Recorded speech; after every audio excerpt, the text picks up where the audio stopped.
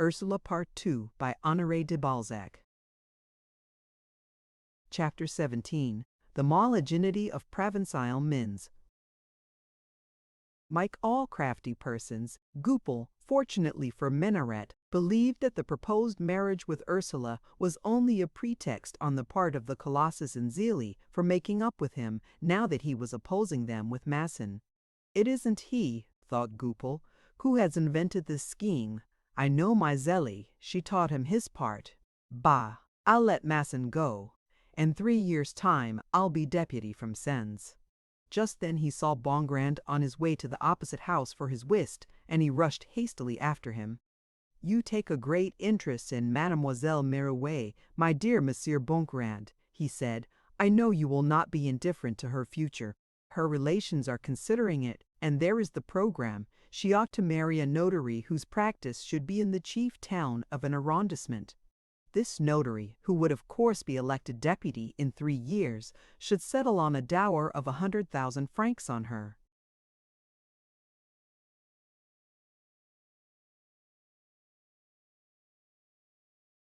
She can do better than that, said Bongrand coldly. Madame de Portenduère is greatly changed since her misfortunes. Trouble is killing her. Savinien will have 6,000 francs a year, and Ursula has a capital of 40,000. I shall show them how to increase it à la Masson, but honestly, and in 10 years they will have a little fortune. Savinien will do a foolish thing, said Goupil. He can marry Mademoiselle de Rouvre whenever he likes, an only daughter to whom the uncle and aunt intend to leave a fine property. Where love enters farewell prudence, as La Fontaine says. By the by, who is your notary? Added Bongrand from curiosity. Suppose it were I, answered Goupil. You, exclaimed Bongrand, without hiding his disgust.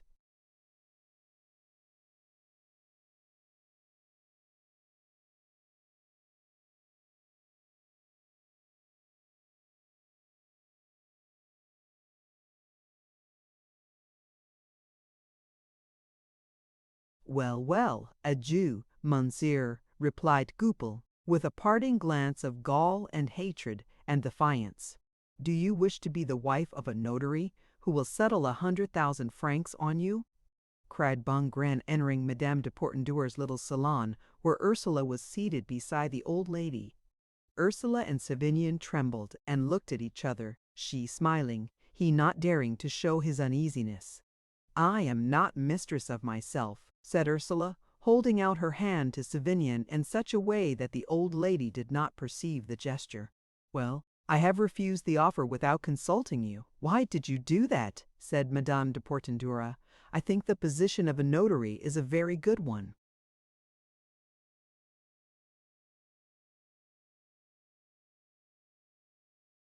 I prefer my peaceful poverty, said Ursula, which is really wealth compared with what my station in life might have given me. Besides, my old nurse spares me a great deal of care, and I shall not exchange the present, which I like, for an unknown fate. A few weeks later, the post poured into 2 hearts the poison of anonymous letters, one addressed to Madame de Portenduère, the other to Ursula. The following is the one to the old lady. You love your son. You wish to marry him in a manner conformable with the name he bears, and yet you encourage his fancy for an ambitious girl without money and the daughter of a regimental bandmaster by inviting her to your house. You ought to marry him to Mademoiselle de Rouvre, on whom her 2 uncles, the Marquis de Ronquerolles and the Chevalier de Rouvre, who are worth money, would settle a handsome sum rather than leave it to that old fool.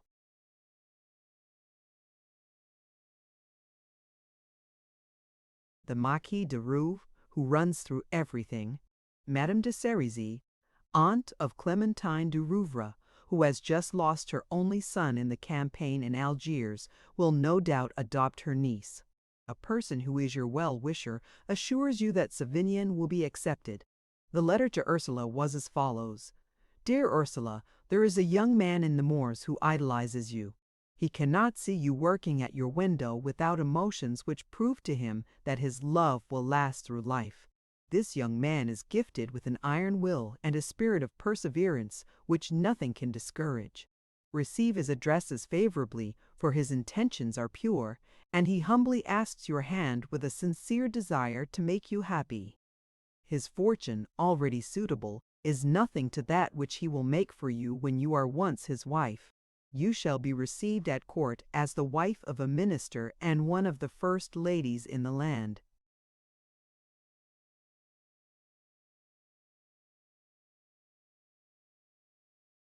As he sees you every day without your being able to see him put a pot of La Bougival's pinks in your window, and he will understand from that he has your permission to present himself.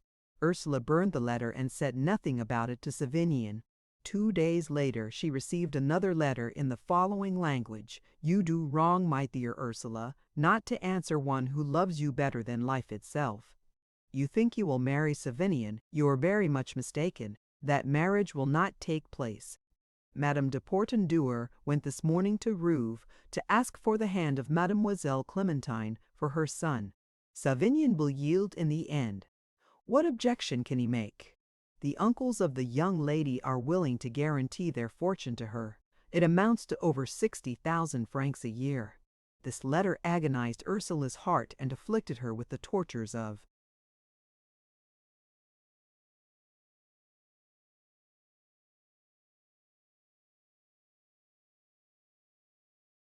jealousy, a form of suffering hitherto unknown to her, but which to this fine organization, so sensitive to pain, threw a pall over the present and over the future, and even over the past. From the moment when she received this fatal paper, she lay on the doctor's sofa, her eyes fixed on space, lost in a dreadful dream. In an instant the chill of death had come upon her warm young life. Alas, worse than that! It was like the awful awakening of the dead to the sense that there was no God, the masterpiece of that strange genius called Jean Paul. 4 times La Bougival called her to breakfast. When the faithful creature tried to remonstrate, Ursula waved her hand and answered in one harsh word, "Hush," said despotically, in strange contrast to her usual gentle manner. La Bougival, watching her mistress through the glass door, saw her alternately red with a consuming fever and blue as if a shudder of cold had succeeded that unnatural heat. This condition grew worse and worse up to 4 o'clock. Then she rose to see if Savinien were coming, but he did not come. Jealousy and distrust tear all.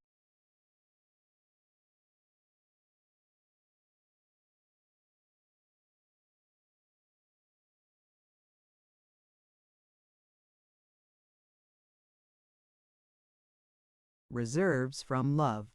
Ursula, who till then had never made one gesture by which her love could be guessed, now took her hat and shawl and rushed into the passage as if to go and meet him.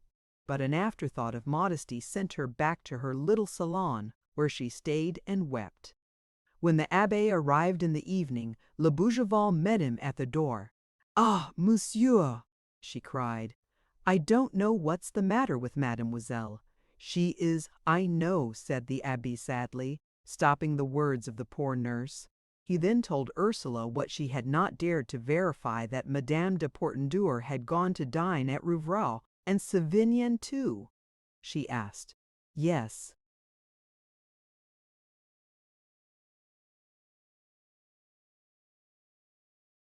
Ursula was seized with a little nervous tremor, which made the abbé quiver as though a whole Leyden jar had been discharged at him. He felt, moreover, a lasting commotion in his heart. "So we shall not go there tonight," he said as gently as he could. "And, my child, it would be better if you did not go there again. The old lady will receive you in a way to wound your pride.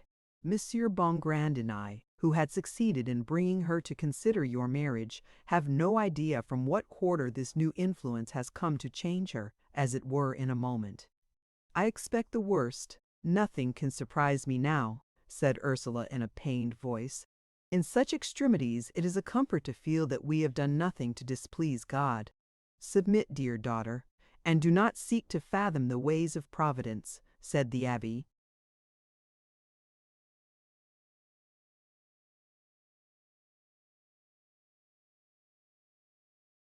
I shall not unjustly distrust the character of Monsieur de Portendur. Why do you no longer call him Savignon?" asked the priest, who detected a slight bitterness in Ursula's tone. "Of my dear Savignon!" cried the girl, bursting into tears. "Yes, my good friend," she said, sobbing. "A voice tells me he is as noble in heart as he is in race.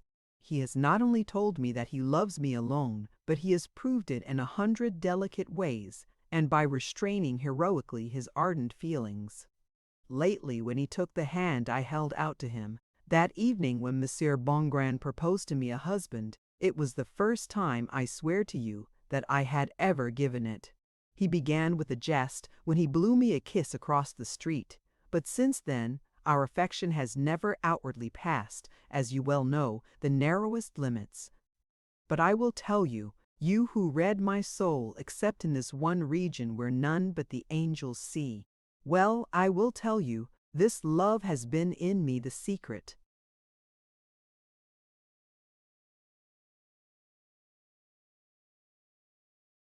Spring of many seeming merits. It made me accept my poverty. It softened the bitterness of my irreparable loss, for my mourning is more perhaps in my clothes now than in my heart. Oh, was I wrong?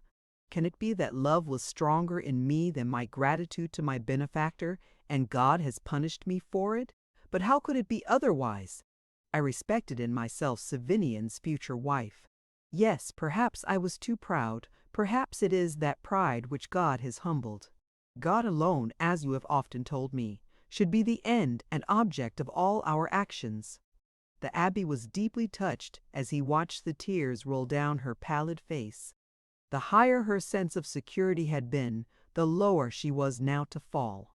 "But," she said, continuing, "if I return to my orphaned condition, I shall know how to take up its feelings. After all, could I have tied a millstone round the neck of him I love? What can he do here? Who am I to bind him to me? Besides, do I not love him with a friendship so divine that I can bear the loss of my own?"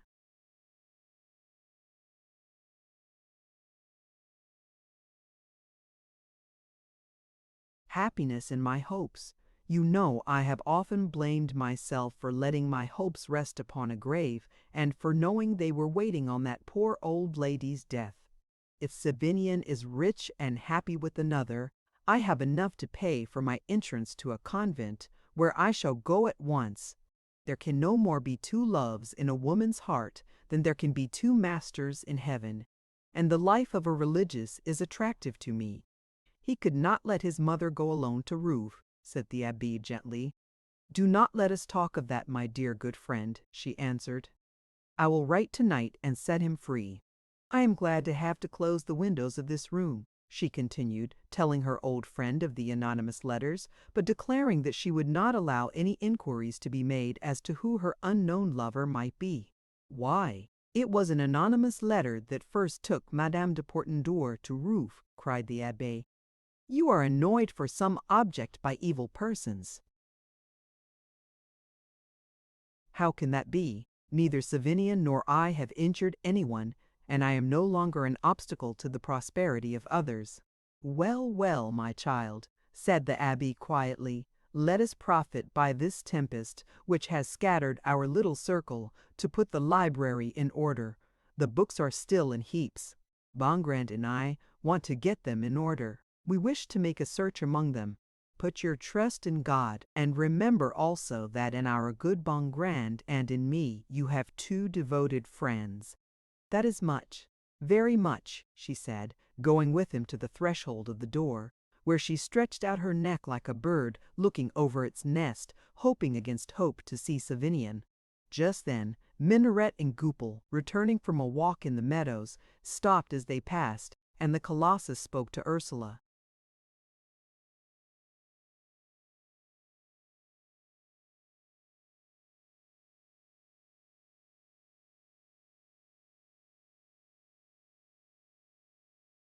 "Is anything the matter, cousin? For we are still cousins, are we not? You seem changed."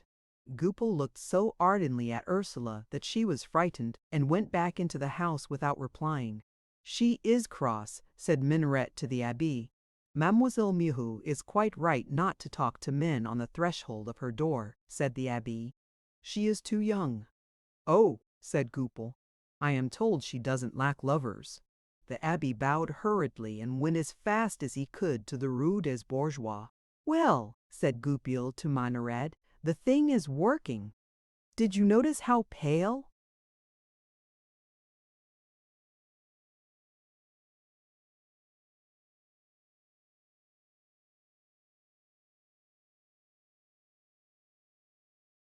She was. Within a fortnight she'll have left the town, you'll see. Better have you for a friend than an enemy, cried Minaret, frightened at the atrocious grin which gave to Goupil's face the diabolical expression of the Mephistopheles of Joseph Bridau. I should think so, returned Goupil. If she doesn't marry me, I'll make her die of grief. Do it, my boy, and I'll give you the money to buy a practice in Paris. You can then marry a rich woman. Poor Ursula, what makes you so bitter against her? What has she done to you? Asked the clerk in surprise. She annoys me, said Minaret gruffly.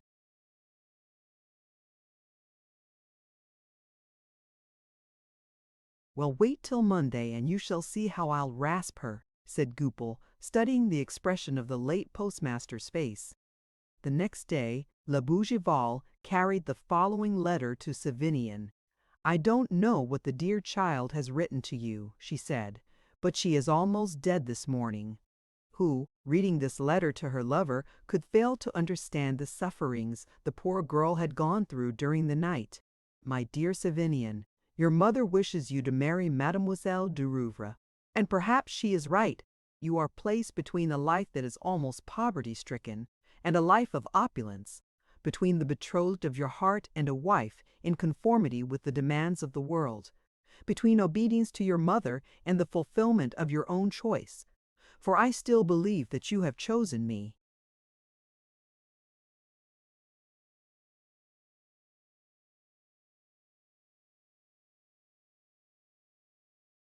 Savinien, if you have now to make your decision, I wish you to do so in absolute freedom. I give you back the promise you made to yourself, not to me in a moment, which can never fade from my memory, for it was, like other days that have succeeded it, of angelic purity and sweetness. That memory will suffice me for my life. If you should persist in your pledge to me, a dark and terrible idea would henceforth trouble my happiness. In the midst of our privations, which we have hitherto accepted so gaily, you might reflect, too late, that life would have been to you a better thing had you now conformed to the laws of the world. If you were a man to express that thought, it would be to me the sentence of an agonizing death. If you did not express it, I should watch suspiciously every cloud upon your brow. Dear Sabinian, I have preferred you to all else on earth.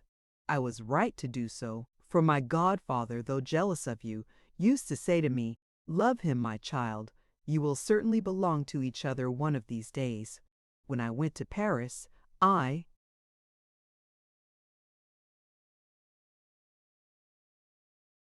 loved you hopelessly, and the feeling contented me. I do not know if I can now return to it, but I shall try. What are we, after all, at this moment? Brother and sister, let us stay so. Marry that happy girl who can have the joy of giving to your name the luster it ought to have, and which your mother thinks I should diminish. You will not hear of me again. The world will approve of you. I shall never blame you, but I shall love you ever. Adieu, then. Wait, cried the young man. Signing to La Bougival to sit down, he scratched off hastily the following reply: My dear Ursula, your letter cuts me to the heart, inasmuch as you have needlessly felt such pain, and also because our hearts, for the first time, have failed to understand each other. If you are not my wife now, it is solely because I cannot marry without my mother's consent. Dear, 8,000 francs a year and a pretty cottage on the Loing. Why, that's a fortune, is it not? You know we calculated that if we kept La Bougival, we could lay by half our income every year. You allowed me that evening, in your uncle's garden, to consider you mine. You cannot now of yourself break those ties which are common to both of us. Ursula, Need I tell you that I yesterday informed Monsieur de Rouvray that even if I were free, I could not receive a fortune from a young person whom I did not know? My mother refuses to see you again. I must therefore lose the happiness of our evenings. But surely you will not deprive me of the brief moments I can spend at your window? This evening, then, nothing can separate us. Take this to her, my old woman. She must not be unhappy one moment longer. That afternoon at 4 o'clock, returning from the walk which she always took expressly to pass before Ursula's house, Savinien found his mistress waiting for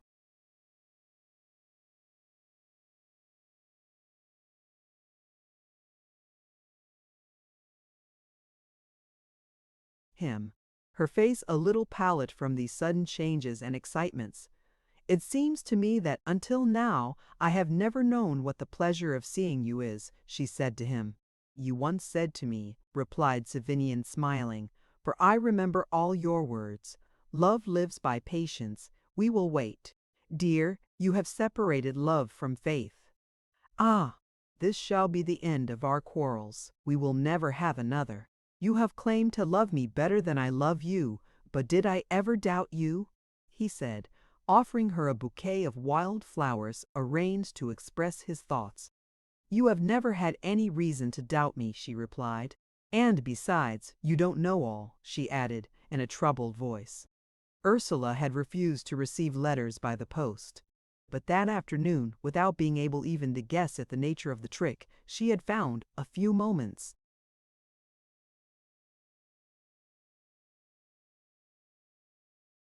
Before Savinian's arrival, a letter tossed on her sofa which contained the words, "Tremble, a rejected lover can become a tiger."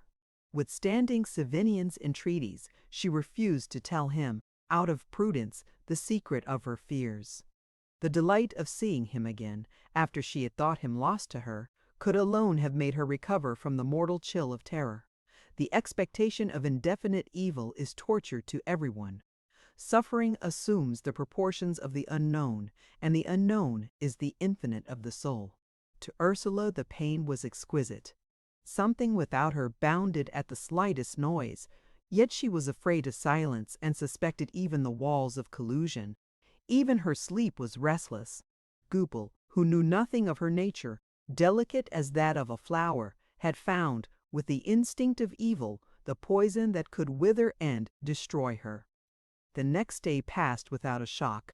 Ursula sat playing on her piano till very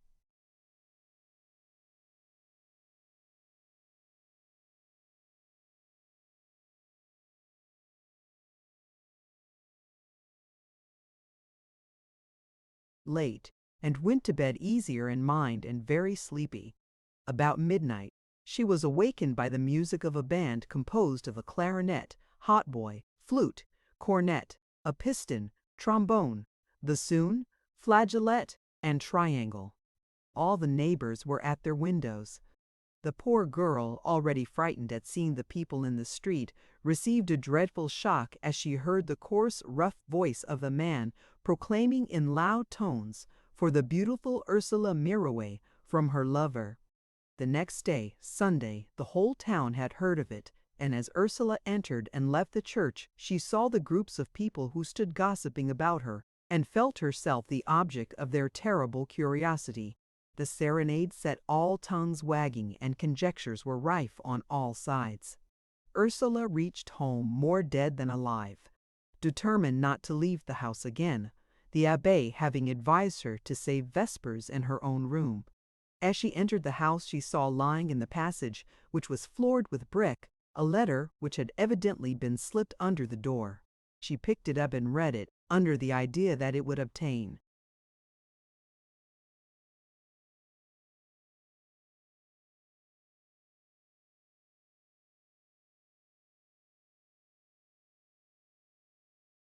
an explanation. It was as follows: "Resign yourself to becoming my wife, rich and idolized. I am resolved. If you are not mine, living you shall be mine, dead. To your refusal you may attribute not only your own misfortunes, but those which will fall on others. He who loves you and whose wife you will be." Curiously enough, at the very moment that the gentle victim of this plot was drooping like a cut flower, Mesdemoiselles Masson, Dionys, and Crémière were envying her lot. "She is a lucky girl," they were saying. "People talk of her, and court her, and quarrel about her." The serenade was charming. There was a cornet, a piston. What's a piston?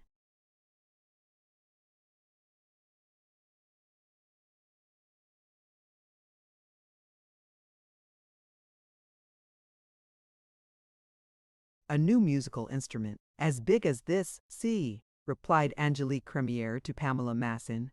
Early that morning, Savinian had gone to Fontainebleau to endeavor to find out who had engaged the musicians of the regiment then in garrison. But as there were 2 men to each instrument, it was impossible to find out which of them had gone to Nemours.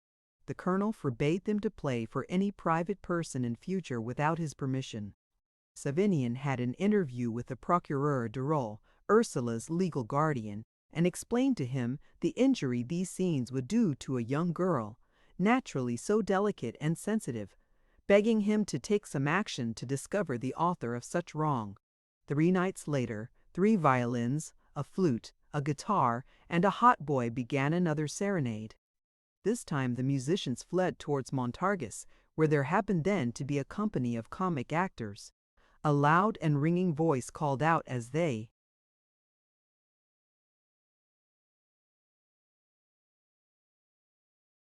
left, to the daughter of the regimental bandsman Mirouet. By this means all Nemours came to know the profession of Ursula's father, a secret the old doctor had sedulously kept. Savinian did not go to Montargis. He received in the course of the day an anonymous letter containing a prophecy. "You will never marry Ursula. If you wish her to live, give her up at once to a man who loves her more than you love her. He has made himself a musician and an artist to please her, and he would rather see her dead than let her be your wife." The doctor came to Ursula 3 times in the course of that day, for she was really in danger of death from the horror of this mysterious persecution. Feeling that some infernal hand had plunged her into the mire, the poor girl lay like a martyr. She said nothing, but lifted her eyes to heaven and wept no more. She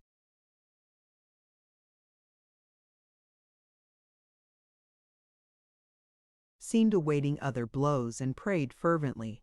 "I am glad I cannot go down into the salon," she said to Monsieur Bongrand and the Abbé, who left her as little as possible. "He would come, and I am now unworthy of the looks with which he blessed me. Do you think he will suspect me? If Savinian does not discover the author of these infamies, he means to get the assistance of the Paris police," said Bongrand. "Whoever it is will know I am dying," said Ursula, "and will cease to trouble me." The Abbé, Bongrand, and Savinian were lost in conjectures and suspicions. Together with Tiennette, La Bougival, and 2 persons on whom the Abbé could rely, they kept the closest watch and were on their guard night and day for a week, but no indiscretion could betray Goupil, whose machinations were known to himself only. There were no more serenades, and no more letters, and little by little the watch relaxed. Bongrand thought the author of the wrong was frightened. Savinian believed that the Procureur du Roi, to whom he had sent the letters received by Ursula and himself and his mother, had taken steps to put an end to the persecution. The armistice was not of long duration, however. When the doctor had checked the nervous fever from which poor Ursula was suffering, and just as she was recovering her courage, a rope ladder was found, early one morning in July, attached to her window. The postilion of the mail post declared that as he drove past the house in the middle of the night, a small man was in the act of coming down the ladder, and though he tried to pull up, his horses, being startled, carried him down the hill so fast that he was out of Nemours before he stopped them. Some of the persons who frequented Dionysus' salon attributed these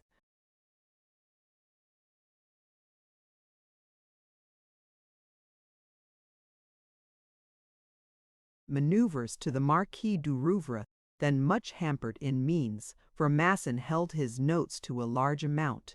It was said that a prompt marriage of his daughter to Savinian would save Chateau du Rouvre from his creditors, and Madame de Portenduer, the gossips added, would approve of anything that would discredit and degrade Ursula and lead to this marriage of her son. So far from this being true, the old lady was well nigh vanquished by the sufferings of the innocent girl. The abbé was so painfully overcome by this act of infernal wickedness that he fell ill himself and was kept to the house for several days. Poor Ursula, to whom this last insult had caused a relapse, received by post a letter from the abbé, which was taken in by La Bougival on recognizing the handwriting. It was as follows: "My child, leave Nemours, and thus evade the malice of your enemies. Perhaps they are seeking to endanger Savinian's life. I will tell you more when I am able to."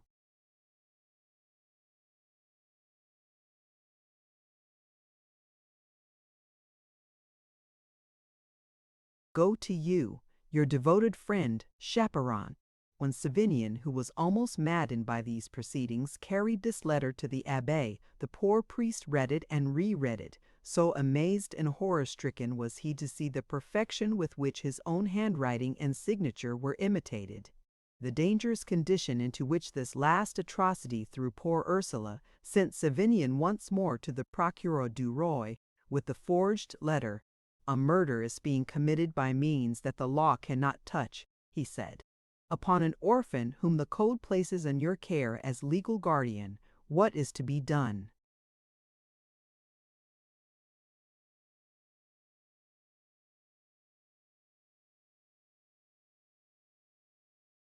"If you can find any means of repression," said the official, "I will adopt them, but I know of none. That infamous wretch gives the best advice.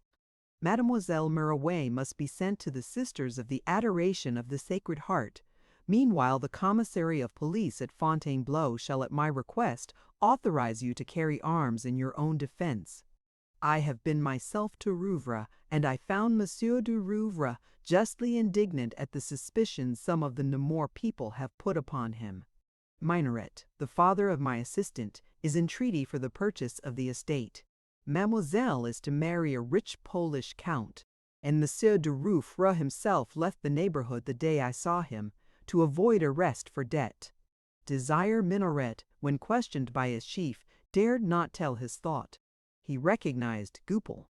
Goupil, he fully believed, was the only man capable of carrying a persecution to the very verge of the penal code without infringing a hair's breadth upon it.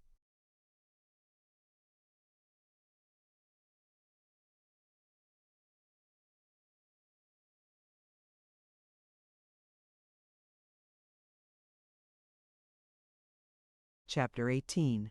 A Twofold Vengeance.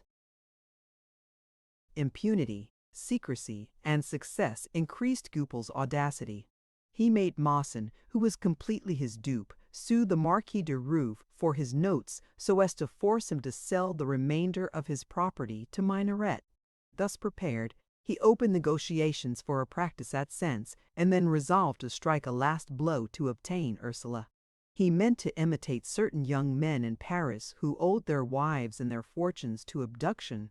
He knew that the services he had rendered to Minoret, to Masson, and to Crémière, and the protection of Dionys and the mayor of Nemours would enable him to hush up the affair. He resolved to throw off the mask, believing Ursula too feeble in the condition to which he had reduced her to make any resistance. But before risking this last throw in the game, he thought it best to have an explanation with Minoret, and he chose his opportunity at Rouvre, where he went with his patron for the first time after the deeds were signed. Minoret had that morning received a confidential letter from his son asking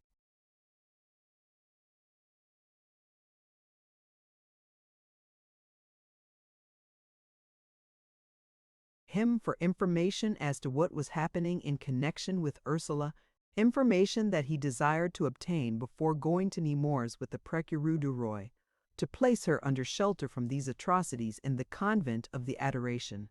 Desire exhorted his father, in case this persecution should be the work of any of their friends, to give to whoever it might be warning and good advice. For even if the law could not punish this crime, it would certainly discover the truth and hold it over the delinquent's head. Minoret had now attained a great object. owner of the Château de Roof, one of the finest estates in the Gatineau. He could well afford to snap his fingers at Goupil. Besides, he intended to live on the estate, where the sight of Ursula would no longer trouble him. "My boy," he said to Goupil as they walked along the terrace, "let my young cousin alone, now."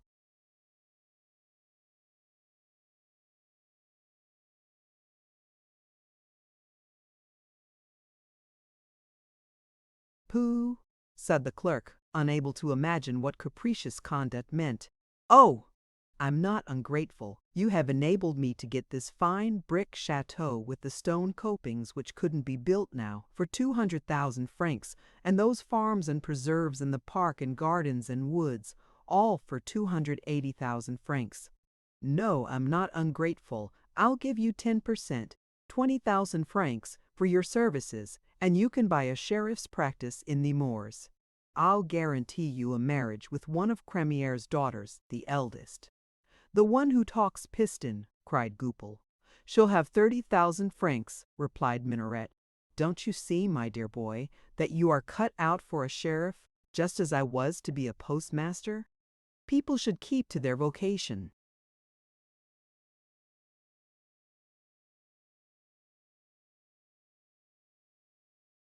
"Very well, then," said Goupil, falling from the pinnacle of his hopes. "Here's a stamped check. Write me an order for 20,000 francs. I want the money in hand at once." Minaret had 18,000 francs by him at that moment of which his wife knew nothing. He thought the best way to get rid of Goupil was to sign the draft. The clerk, seeing the flush of seigneurial fever on the face of the imbecile and colossal Machiavelli, threw him an au revoir by way of farewell, accompanied with the glance which would have made anyone but an idiotic parvenu lost in contemplation of the magnificent chateau built in the style in vogue under Louis XIII. Tremble in his shoes. "Are you not going to wait for me?" he cried, observing that Goupil was going away on foot. "You'll find me on our path. Never fear, Papa Minaret," replied Goupil, athirst.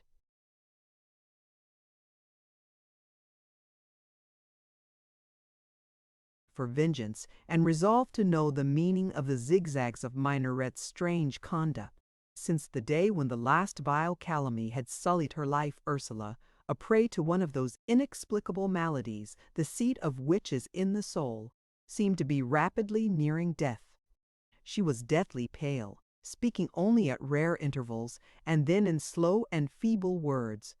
Everything about her, her glance of gentle indifference, even the expression of her forehead, all revealed the presence of some consuming thought. She was thinking how the ideal wreath of chastity, with which throughout all ages the peoples crowned their virgins, had fallen from her brow. She heard in the void and in the silence the dishonoring words, the malicious comments, the laughter of the little town. The trial was too heavy. Her innocence was too delicate to allow her to survive the murderous blow. She complained no more. A sorrowful smile was on her lips. Her eyes appealed to heaven, to the sovereign of angels, against man's injustice.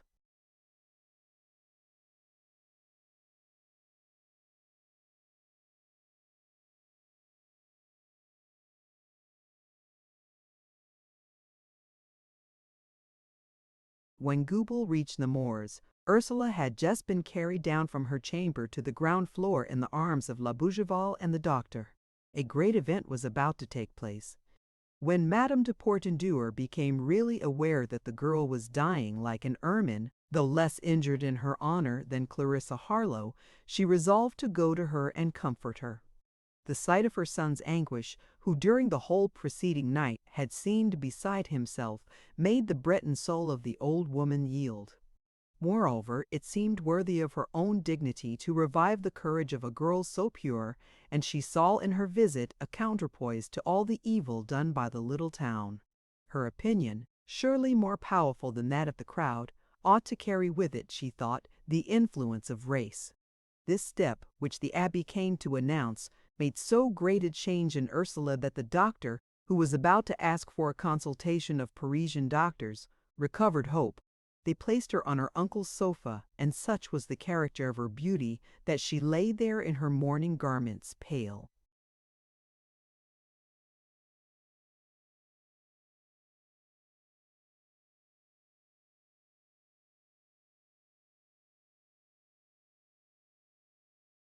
From suffering, she was more exquisitely lovely than in the happiest hours of her life. When Savinien, with his mother on his arm, entered the room, she colored vividly. "Do not rise, my child," said the old lady imperatively.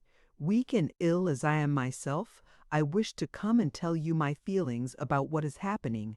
I respect you as the purest, the most religious and excellent girl in the Catines, and I think you worthy to make the happiness of a gentleman."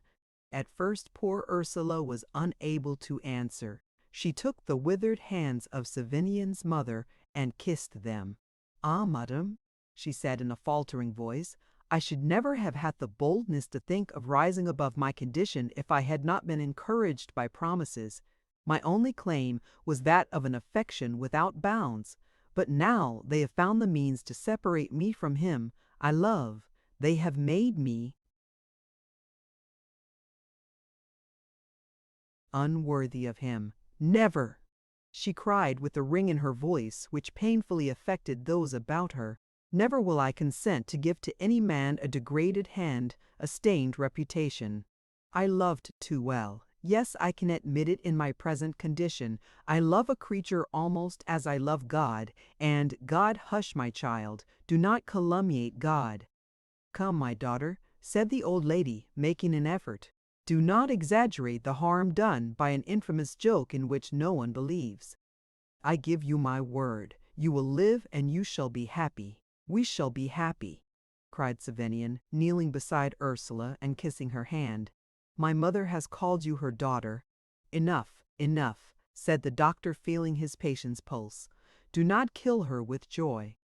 At that moment Goupil, who found the street door ajar, opened that of the double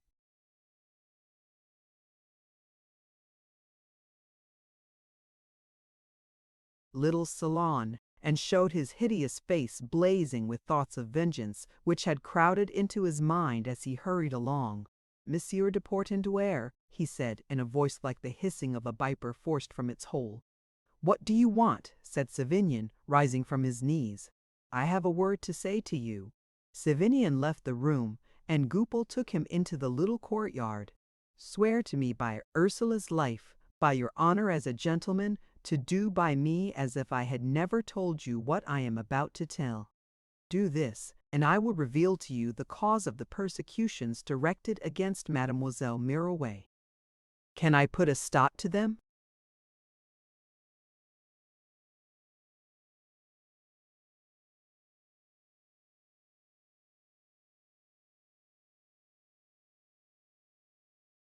"Yes. Can I avenge them? On their author? Yes. On his tool? No. Why not? Because I am the tool."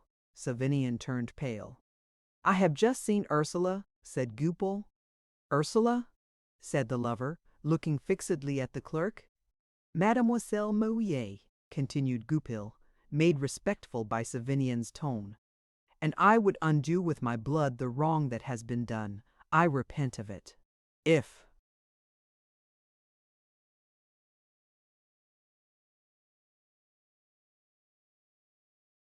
you were to kill me, in a duel or otherwise, what good would my blood do you?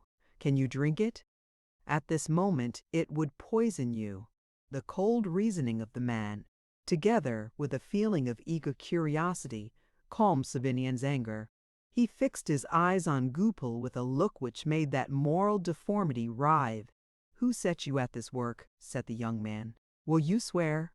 "What, to do you no harm? I wish that you and Mademoiselle Mirouet should not forgive me." "She will forgive you, I never. But at least you will forget?"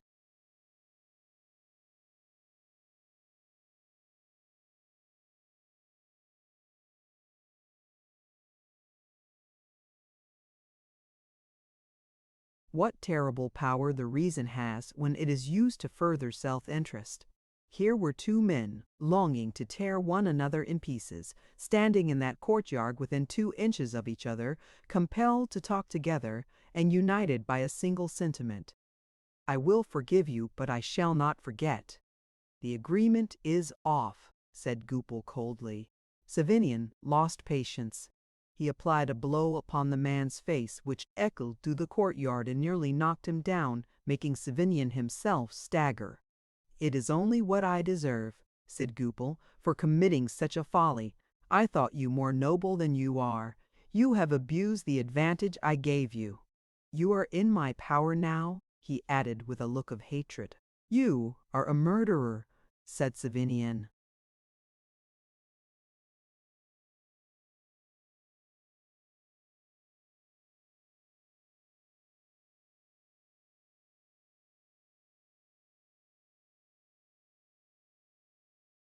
No more than a dagger is a murderer.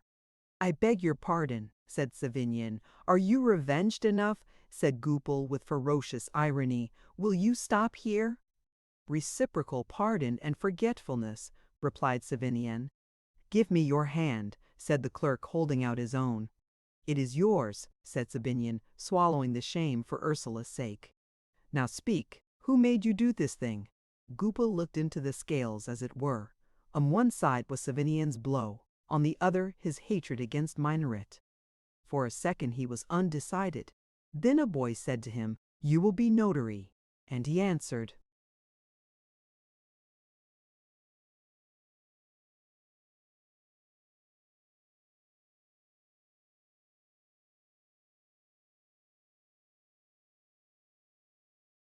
Pardon and forgetfulness. Yes, on both sides, Monsieur who was persecuting Ursula, persisted Savinien. Minoret, he would have liked to see her buried. Why? I can't tell you that, but we might find out the reason. Don't mix me up in all this. I could do nothing to help you if the others distrusted me. Instead of annoying Ursula, I will defend her. Instead of serving Minoret, I will try to defeat his schemes. I live only to ruin him, to destroy him. I'll crush him underfoot. I'll dance on his carcass. I'll make his bones into dominoes. Tomorrow, every wall in Nemours and Fontainebleau and Rouve shall blaze with the letters, Minoret is a thief. Yes, I'll burst him like a gun. There, we're allies now by the imprudence of that outbreak. If you choose, I'll beg Mademoiselle Mirouet's pardon and tell her I curse the madness which impelled me to injure her. It may do her good. The abbé and the justice are both there, but Monsieur Bongrand must promise on his honor not to injure my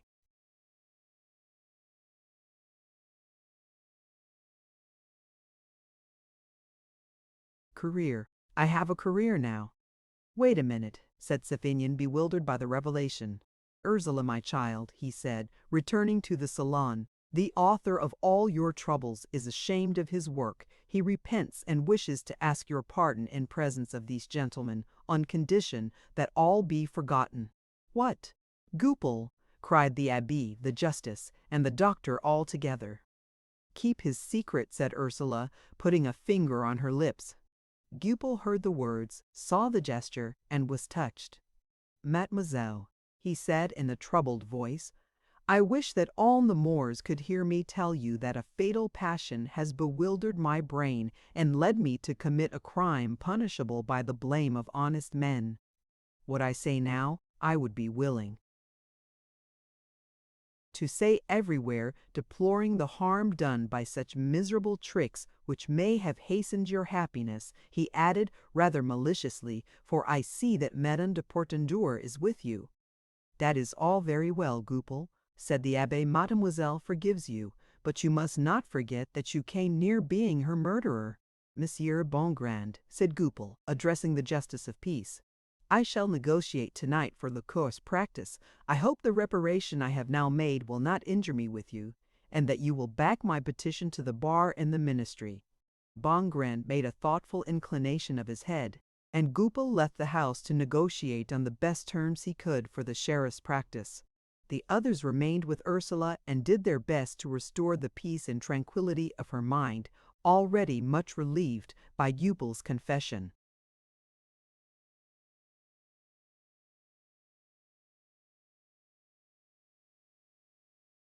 "You see, my child, that God was not against you," said the abbé. Minaret came home late from Rouvre. About 9 o'clock, he was sitting in the Chinese pagoda, digesting his dinner beside his wife, with whom he was making plans for Desire's future. Desire had become very sedate since entering the magistracy. He worked hard, and it was not unlikely that he would succeed the present Procureur du Roi at Fontainebleau, who, they said, was to be advanced to Melun. His parents felt that they must find him a wife, some poor girl belonging to an old and noble family. He would then make his way to the magistracy of Paris. Perhaps they could get him elected deputy from Fontainebleau, where Zélie was proposing to pass the winter after living at Rouvre for the summer season. Minaret, inwardly congratulating himself for having managed his affairs so well, no longer thought or cared about Ursula, at the very moment when the drama so heedlessly begun by him was closing down upon him in a terrible manner.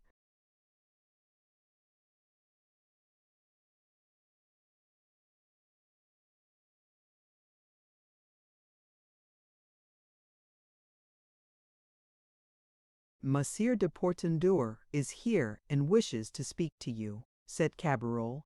"Show him in," answered Zélie. The twilight shadows prevented Madame Minaret from noticing the sudden pallor of her husband, who shuddered as he heard Savinian's boots on the floor of the gallery where the doctor's library used to be.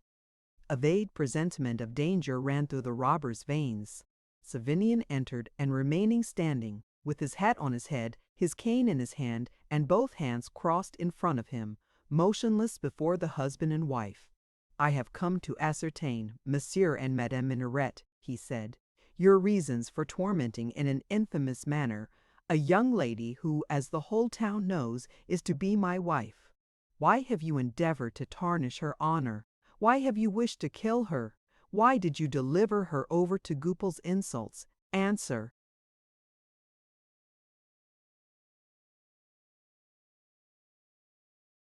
"How absurd you are, Monsieur Savinian," said Zélie, "to come and ask us the meaning of a thing we think inexplicable. I bother myself as little about Ursula as I do about the year one. Since Uncle Minaret died, I've not thought of her more than I do of my first tooth. I've never said one word about her to Goupil, who is, moreover, a queer rogue whom I wouldn't think of consulting about even a dog. Why don't you speak up, Minaret? Are you going to let Monsieur box your ears in that way and accuse you of wickedness that's beneath you? As if a man with 48,000 francs a year from landed property and a castle fit for a prince would stoop to such things. Get up and don't sit there like a wet rag."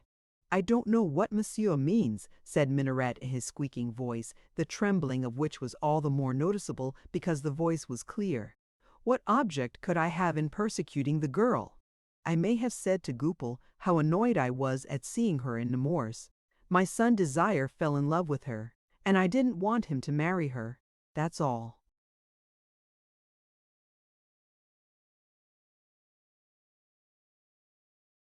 "Goupil has confessed everything, Monsieur Minaret." There was a moment's silence, but it was terrible, when all three persons examined one another. Zélie saw a nervous quiver on the heavy face of her colossus. "Though you are only insects," said the young nobleman, "I will make you feel my vengeance.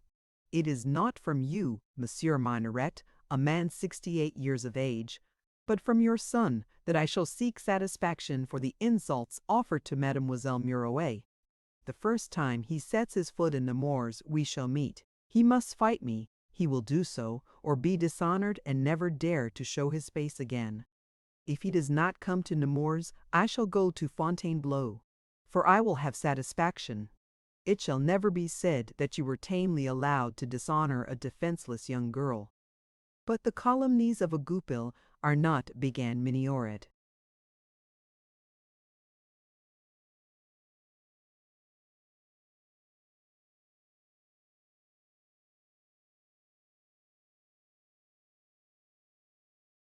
"Do you wish me to bring him face to face with you? Believe me, you had better hush up this affair. It lies between you and Goupil and me.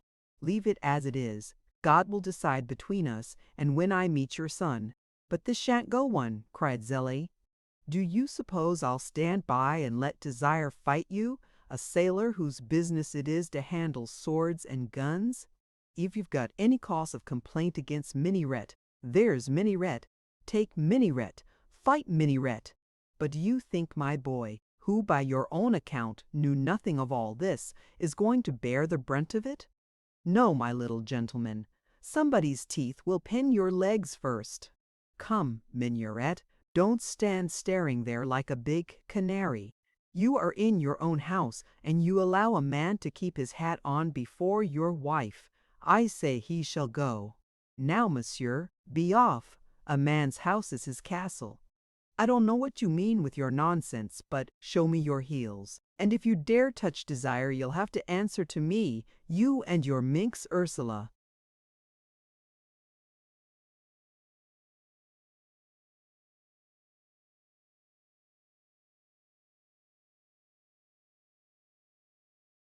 She rang the bell violently and called to the servants. Remember what I have said to you, repeated Sévigné to Minarette, paying no attention to Zélie's tirade. Suspending the sword of Damocles over their heads, he left the room. Now then, Minarette, said Zélie, you will explain to me what this all means. A young man doesn't rush into a house and make an uproar like that and demand the blood of a family for nothing.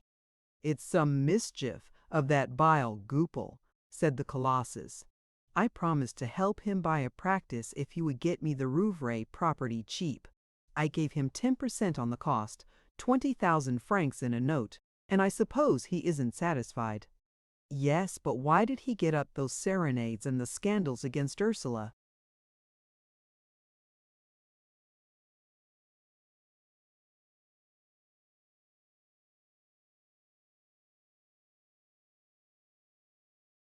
He wanted to marry her, a girl without a penny, the sly thing.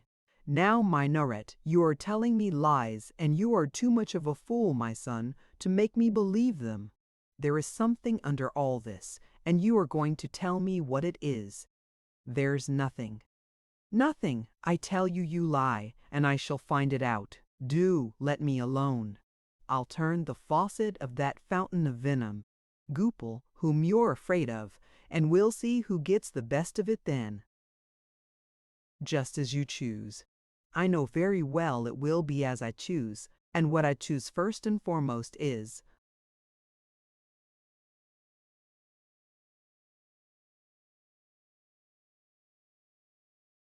that no harm shall come to desire. If anything happens to him, mark you, I'll do something that may send me to the scaffold, and you haven't any feeling about him. A quarrel thus begun between Minarette and his wife was sure not to end without a long and angry strife. So at the moment of his self-satisfaction, the foolish robber found his inward struggle against himself, and against Ursula revived by his own fault, and complicated with a new and terrible adversary. The next day, when he left the house early to find Goupil and tried to appease him with additional money, the walls were already placarded with the words, Minarette is a thief. All those whom he met commiserated him and asked him who was the author of the anonymous placard. Fortunately for him, everybody made allowance for his equivocal replies by reflecting on his utter stupidity. Fools get more advantage from their weakness than able men from their strength. The world looks on at a great man battling against fate and does not help him, but it supplies the capital of a grocer who may fail and lose all. Why? Because men like to feel superior in protecting an incapable and are displeased at not feeling themselves the equal of a man of genius. A clever man would have been lost in public estimation had he stammered, as Minarette did, evasive and foolish answers with a frightened air. Zélie sent her servants to efface the vindictive words wherever they were found, but the effect of them on Minarette's conscience still remained. The result of his interview with his assailant was soon apparent. Though Goupil had concluded his bargain with the sheriff the night before, he now impudently refused to fulfill it. My dear Lecour, he said, I am unexpectedly enabled to buy up Monsieur Dionnes's practice. I am therefore in a position to help you to sell to others. Tear up the agreement, It's only the loss of 2 stamps. Here are 70 centimes.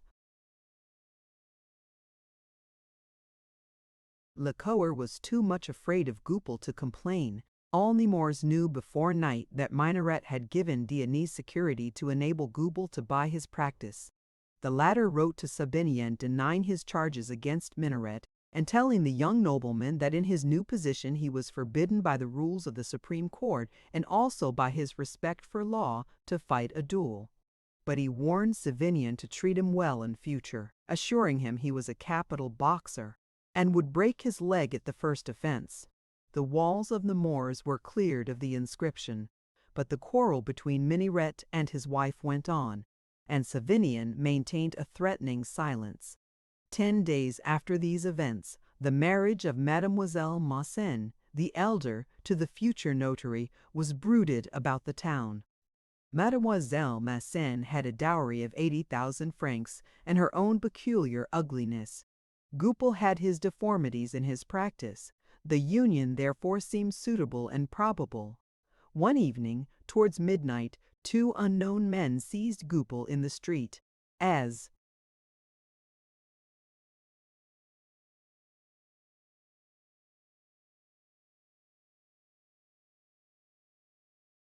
he was leaving Massin's house, gave him a sound beating and disappeared. The notary kept the matter a profound secret and even contradicted an old woman who saw the scene from her window and thought that she recognized him. These great little events were carefully studied by Bongrand, who became convinced that Goupil held some mysterious power over Minoret, and he determined to find out its cause.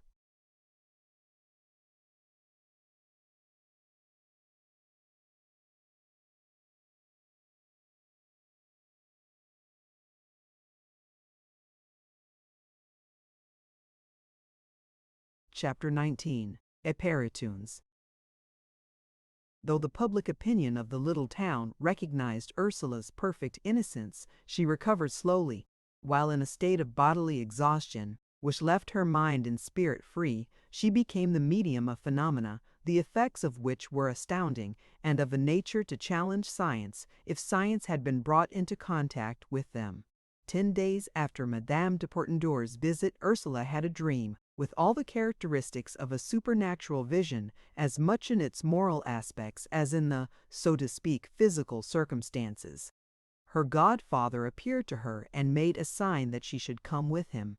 She dressed herself and followed him through the darkness to their former house in the Rue des Bourgeois, where she found everything precisely as it was on the day of her godfather's death. The old man wore the clothes that were on him the evening before his death. His face was pale, his movements caused no sound. Nevertheless, Ursula heard his voice distinctly, though it was feeble and as if repeated by a distant echo. The doctor conducted.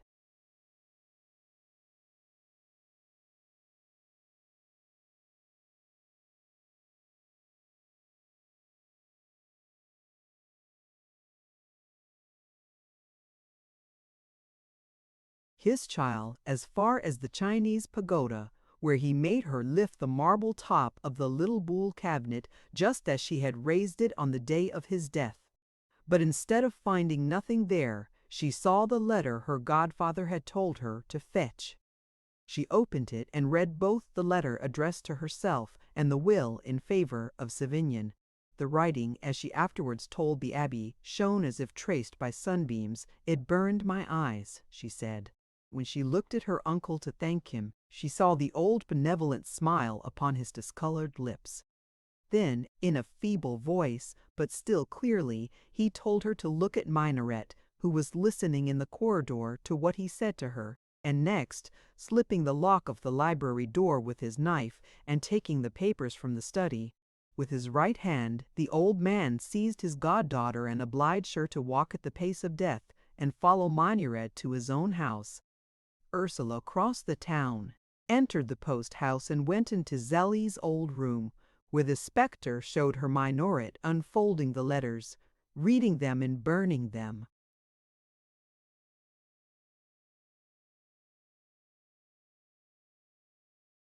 "He could not," said Ursula, telling her dream to the abbé, "light the first 2 matches, but the third took fire. He burned the papers and buried their remains in the ashes. Then my godfather brought me back to our house, and I saw many Lebraut slipping into the library, where he took from the third volume of Pandec's 3 certificates of 12,000 francs each, also from the preceding volume a number of banknotes. He is, said my godfather, the cause of all the trouble which has brought you to the verge of the tomb, but God wills that you shall yet be happy. You will not die now, you will marry Savignon. If you love me, and if you love Savignon, I charge you to demand your fortune from my nephew. Swear. It, resplendent, as though transfigured, the spectre had so powerful an influence on Ursula's soul that she promised all her uncle asked, hoping to put an end to the nightmare. She woke suddenly and found herself standing in the middle of her bedroom, facing her godfather's portrait, which had been placed there during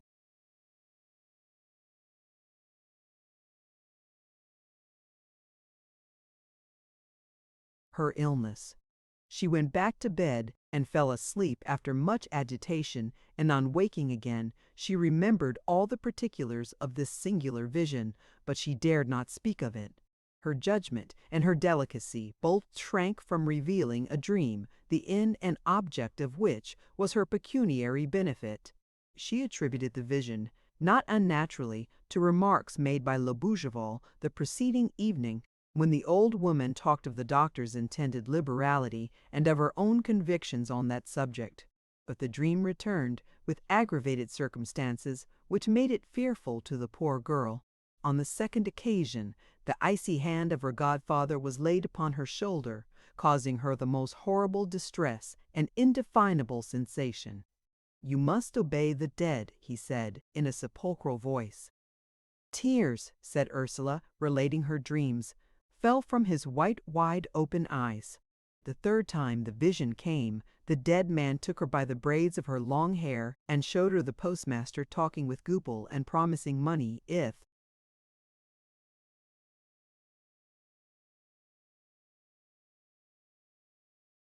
he would remove Ursula to Saint-Dishing.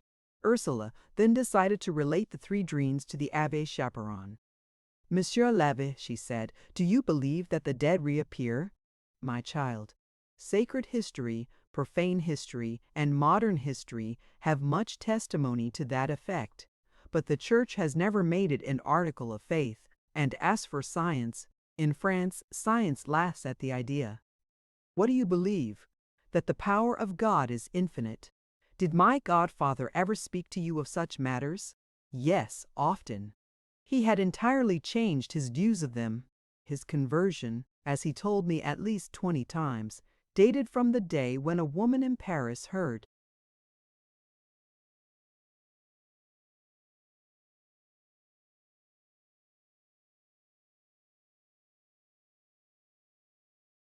you praying for him in Nemours and saw the red dot you made against Saint Savinion's day in your almanac." Ursula uttered a piercing cry, which alarmed the priest. She remembered the scene when, on returning to Nemours, her godfather read her soul and took away the almanac. "If that is so," she said, "then my visions are possibly true.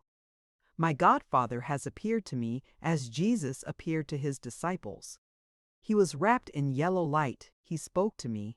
I beg you to say a mass for the repose of his soul and to implore the help of God that these visions may cease, for they are destroying me."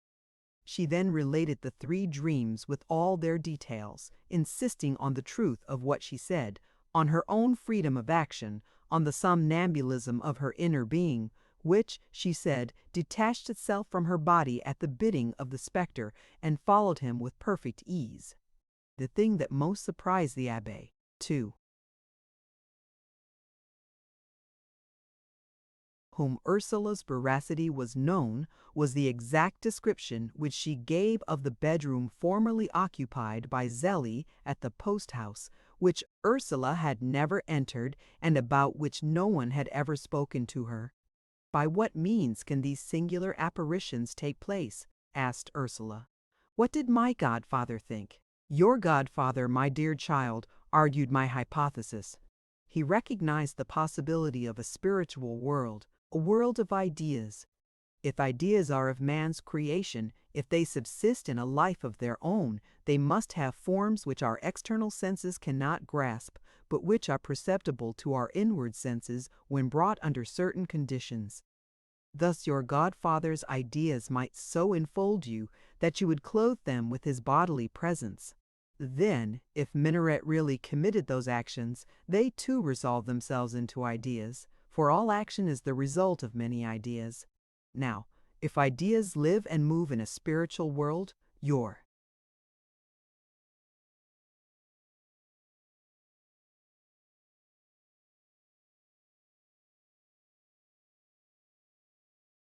spirit must be able to perceive them if it penetrates that world. These phenomena are not more extraordinary than those of memory, and those of memory are quite as amazing and inexplicable as those of the perfume of plants, which are perhaps the ideas of the plants. "How you enlarge and magnify the world!" exclaimed Ursula. "But to hear the dead speak, to see them walk, act, do you think it possible?" "In Sweden," replied the abbé. "Swedenborg has proved by evidence that he communicated with the dead. But come with me into the library, and you shall read in the life of the famous Duc de Montmorency, beheaded at Toulouse, and who certainly was not a man to invent foolish tales, an adventure very like yours, which happened 100 years earlier at Cardan." Ursula and the abbé went upstairs, and the good man hunted up a little edition in 12 Mai, printed in Paris in 1666, of the history of Honoré de Montmorency.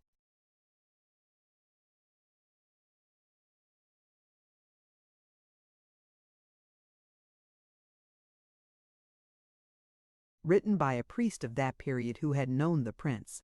"Read it," said the abbé, giving Ursula the volume, which he had opened at the 175th page. "Your godfather often reread that passage, and see, here's a little of his snuff in it." "And he not here," said Ursula, taking the volume to read the passage. "The siege of Private was remarkable for the loss of a great number of officers. 2 brigadier generals died there, namely, the Marquis d'Aixelles, of a wound received at the outposts, and the Marquis de Ports, from a musket shot through the head. The day the latter was killed, he was to have been made a Marshal of France. About the moment when the Marquis expired, the Duc de Montmorency, who was sleeping in his tent, was awakened by a voice like that of the Marquis bidding him farewell. The affection he felt for a friend so near made him attribute the illusion of this dream to the force of his own imagination, and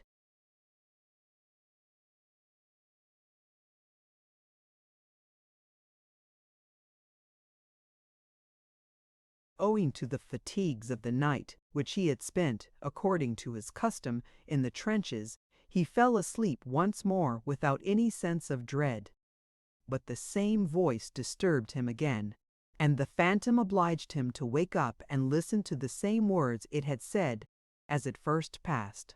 The Duke then recollected that he had heard the philosopher Pitrat discourse on the possibility of the separation of the soul from the body, and that he and the Marquis had agreed that the first who died should bid adieu to the other. On which, not being able to restrain his fears as to the truth of this warning, he sent a servant to the Marquis's quarters, which were distant from him. But before the man could get back, the king sent to inform the Duke, by persons fitted to console him, of the great loss he had sustained. I leave learned men to discuss the cause of this event, which I have frequently heard the Duc de Montmorency relate. I think that the truth and singularity of the fact itself ought to be recorded and preserved. "If all this is so," said Ursula, "what ought I to do?" "My child," said the abbé, "it concerns matters so important, and which may prove so profitable to you, that you ought to keep absolutely silent about it. Now that you have confided to me the secret of these apparitions, perhaps they may not return. Besides, you are now strong enough to come to church. Well then, come tomorrow and thank God and pray to him for the repose of your godfather's soul. Feel quite sure that you have entrusted your secret to prudent hands. If you knew how afraid I am to go to sleep, what glances my godfather gives me, The last time he caught hold of my dress, I awoke with my face all covered with tears." "Be at peace, he will not come again," said the priest.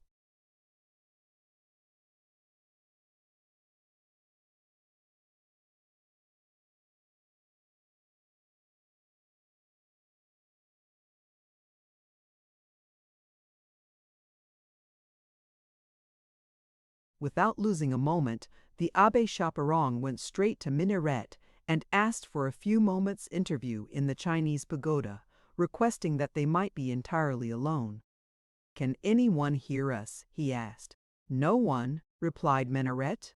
"Monsieur, my character must be known to you," said the Abbé, fastening a gentle but attentive look on Minaret's face. "I have to speak to you of serious and extraordinary matters which concern you, and about which you may be sure that I shall keep the profoundest secrecy. But it is impossible for me to do otherwise than give you this information. While your uncle lived, there stood there," said the priest, pointing to a certain spot in the room, "a small buffet made by Boule, with a marble top." Minaret turned livid, and beneath the marble your uncle placed a letter for Ursula. The Abbé then went on to relate.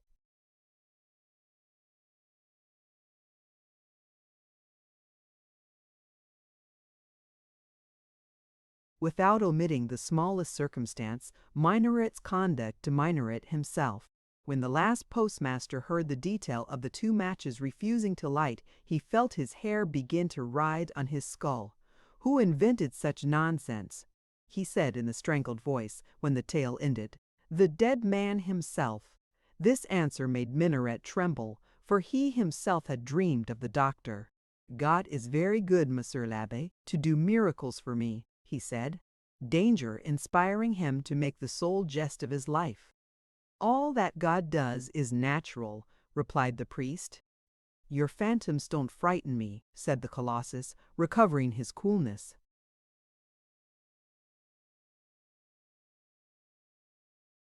"I did not come to frighten you, for I shall never speak of this to any one in the world," said the Abbé.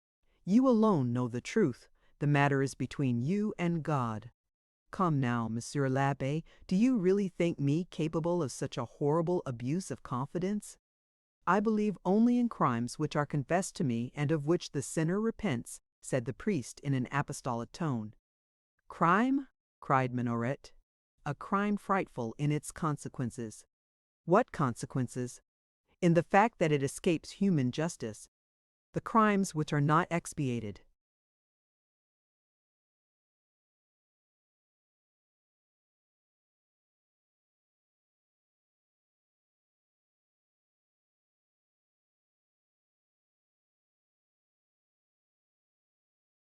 Here below will be punished in another world. God himself avenges innocence.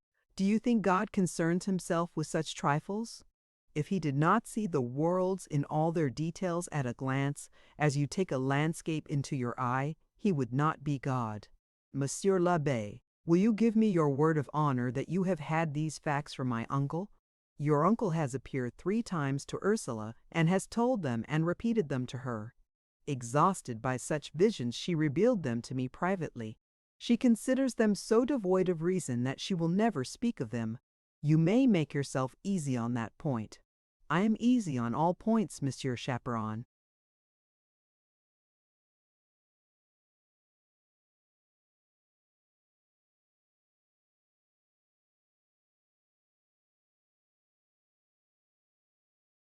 "I hope you are," said the old priest. "Even if I considered these warnings absurd, I should still feel bound to inform you of them, considering the singular nature of the details. You are an honest man, and you have obtained your handsome fortune in too legal a way to wish to add to it by theft. Besides, you are an almost primitive man, and you would be tortured by remorse. We have within us, be we savage or civilized, the sense of what is right, and this will not permit us to enjoy in peace ill-gotten gains acquired against the laws of the society in which we live, for well-constituted societies are modeled on the system God has ordained for the universe. In this respect, societies have a divine origin. Man does not originate ideas, he invents no form. he answers to the eternal relations that surround him on all sides. Therefore, see what happens. Criminals going to the scaffold and having it in their power to carry their secret with them are compelled by the force of some mysterious power to make confessions before their heads are taken off. Therefore, Monsieur Minuret, if your mind is at ease, I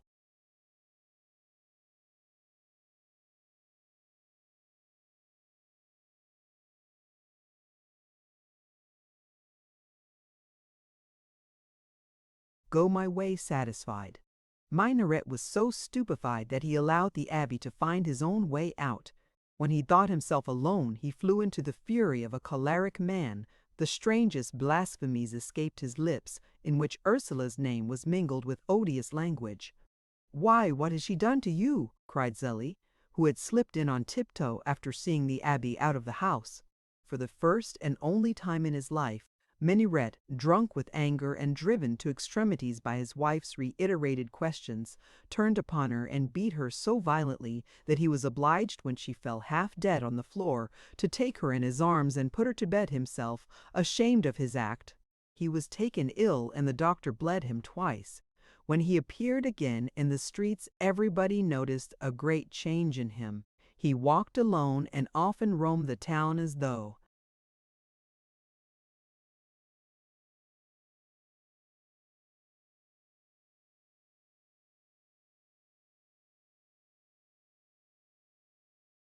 uneasy. When anyone addressed him, he seemed preoccupied in his mind, he who had never before had two ideas in his head.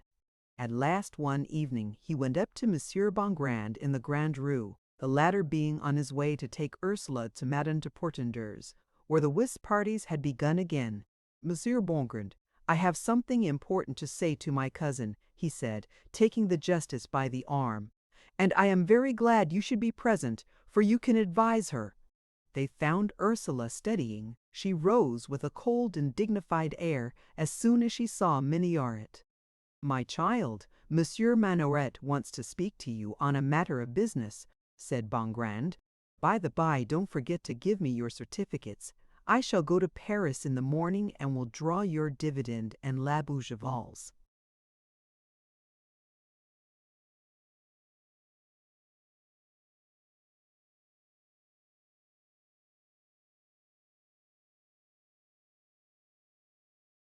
"Cousin," said Minaret, "our uncle accustomed you to more luxury than you have now." "We can be very happy with very little money," she replied. "I thought money might help your happiness," continued Minaret, "and I have come to offer you some, out of respect for the memory of my uncle." "You had a natural way of showing respect for him," said Ursula sternly. "You could have left his house as it was, and allowed me to buy it. Instead of that, you put it at a high price, hoping to find some hidden treasure in it." "But," said Minaret, evidently troubled, "if you had 12,000 francs a year, you would be in a position to marry well. I have not got them."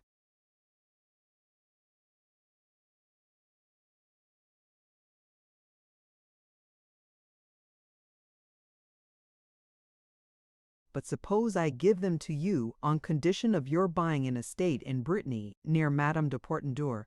You could then marry her son." "Monsieur Minaret," said Ursula, "I have no claim to that money, and I cannot accept it from you. We are scarcely relations, still less are we friends. I have suffered too much from calumny to give a handle for evil speaking. What have I done to deserve that money? What reason have you to make me such a present? These questions, which I have a right to ask, persons will answer as they see fit. Some would consider your gift the reparation of a wrong, and, as such, I choose not to accept it. Your uncle did not bring me up to ignoble feelings. I can accept nothing except from friends, and I have no friendship for you." "Then you refuse?" cried the Colossus, into whose head the idea had never entered that a fortune could be rejected. "I refuse," said Ursula. "But what grounds have you for offering Mademoiselle Ursula such a fortune?" asked Bongrand, looking fixedly at Minaret. "You have an idea. Have you an idea?" "Well, yes, the idea of getting her out of Nemours, so that my son will leave me in peace." He is in love with her and wants to marry her. Well, we'll see about it, said Bongrand, settling his spectacles. Give us time to think it over. He walked home with Minaret, applauding the solicitude shown by the father for his son's interests and slightly blaming Ursula for her hasty decision. As soon as Minaret was within his own gate, Bongrand went to the post-house, borrowed a horse and cabriolet, and started for Fontainebleau, where he went to see the deputy procureur, and was told that he was spending the evening at the house of the sub-prefect. Bongrand, delighted, followed him there. Desire was playing.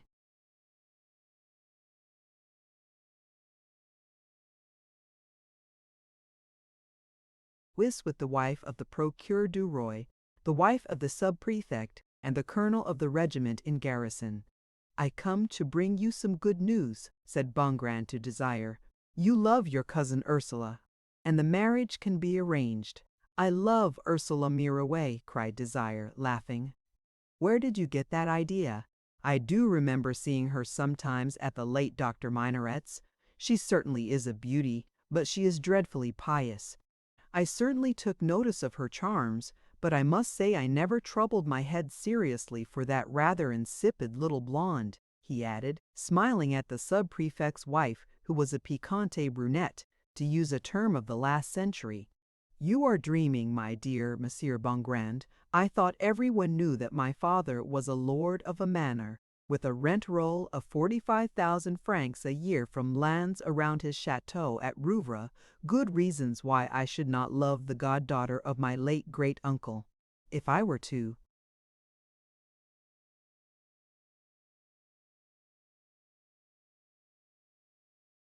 marry a girl without a penny, these ladies would consider me a fool. Have you never tormented your father to let you marry Ursula? Never. You hear that, monsieur?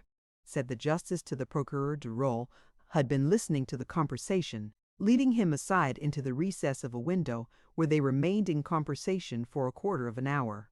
An hour later Bongrand was back in Nemours, at Ursula's house, whence he sent Le Bougival to Minoret to beg his attendance. The colossus came at once. Mademoiselle, began Bongrand, addressing Minaret as he entered the room. Accepts? Cried Minaret, interrupting him. No, not yet, replied Bongrand, fingering his glasses. I had scruples as to your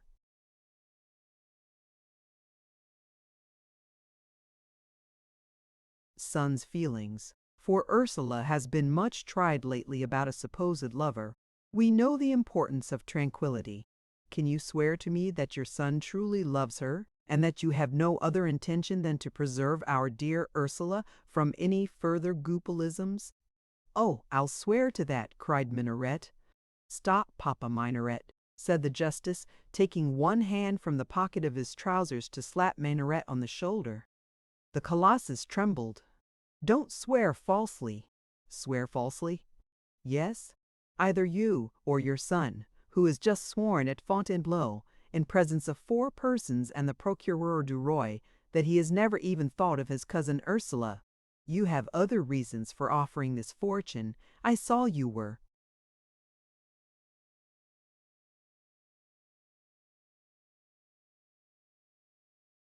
Inventing that tale, and went myself to Fontainebleau to question your son.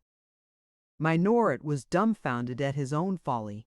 But where's the harm, Monsieur Bongrand, in proposing to a young relative to help on a marriage which seems to be for her happiness, and to invent pretexts to conquer her reluctance to accept the money? Minaret, whose danger suggested to him an excuse which was almost admissible, wiped his forehead, wet with perspiration. You know the cause of my refusal, said Ursula, and I request you never to come here again. Though Monsieur de Portenduer has not told me his reason, I know that he feels such contempt for you, such dislike even, that I cannot receive you into my house. My happiness is my only fortune. I do not blush to say so. I shall not risk it. Monsieur de Portenduer is only waiting for my majority to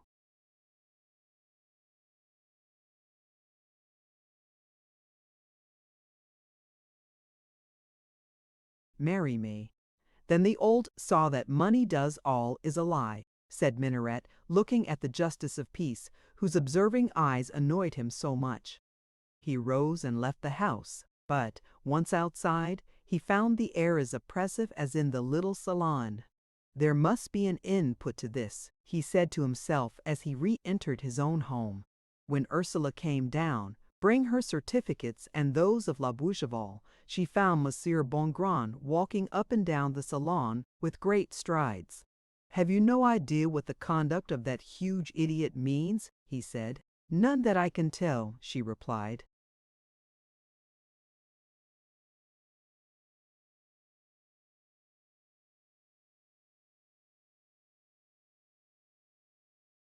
Bongrand looked at her with inquiring surprise. "Then we have the same idea," he said. "Here, keep the number of your certificates in case I lose them. You should always take that precaution." Bongrand himself wrote the number of the two certificates, hers and that of La Bougival, and gave them to her. "Adieu, my child. I shall be gone 2 days, but you will see me on the 3rd. That night the apparition appeared to Ursula in a singular manner. She thought her bed was in the cemetery of Nemours, and that her uncle's grave was at the foot of it. The white stone, on which she read the inscription, opened like the cover of an oblong album. She uttered a piercing cry, but the doctor's spectre slowly rose. First she saw his yellow head, with its fringe of white hair which shone as if surmounted by a halo. Beneath the bald forehead the eyes were like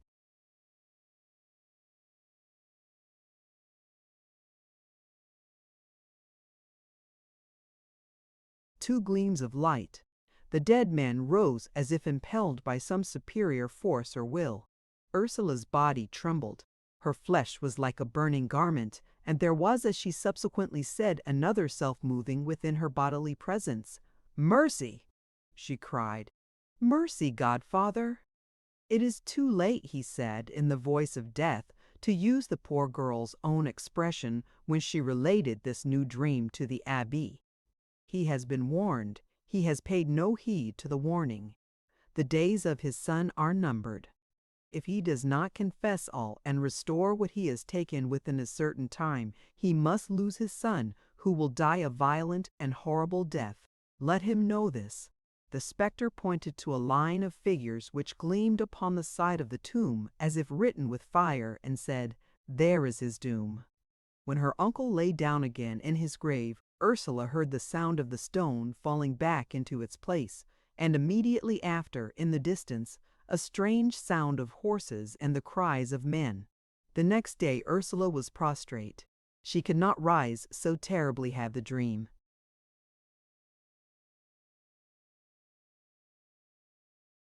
Overcome her, she begged her nurse to find the abbé's chaperon and bring him to her. The good priest came as soon as he had said Mass, but he was not surprised at Ursula's revelation. He believed the robbery had been committed, and no longer tried to explain to himself the abnormal condition of his little dreamer. He left Ursula at once and went directly to Minaret's. "Monsieur Abbé," said Zélie, "my husband's temper is so soured, I don't know what he mightn't do. Until now he's been a child, but for the last 2 months he's not the same man. To get angry enough to strike me, so gentle. There must be something dreadful the matter to change him like that. You'll find him among the rocks. He spends all his time there. Doing what, I'd like to know." In spite of the heat, it was then September 1836, the abbé crossed the canal and took a path which led to the base of one of the rocks, where he saw Minaret. "You are greatly troubled, Monsieur Minaret," said the priest, going up to him.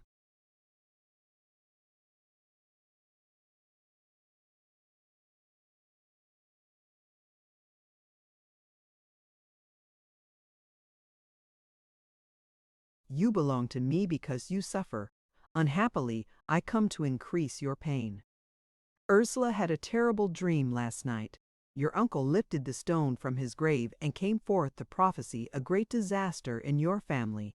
I certainly am not here to frighten you, but you ought to know what he said. I can't be easy anywhere, Monsieur Chaperon, not even among these rocks, and I'm sure I don't want to know anything that is going on in another world." "Then I will leave you, monsieur. I did not take this hot walk for pleasure. said the abbé, mopping his forehead. Well, what do you want to say? Demanded Minaret. You are threatened with the loss of your son. If the dead man told things that you alone know, one must needs tremble when he tells things that no one can know till they happen. Make restitution, I say, make restitution, don't damn.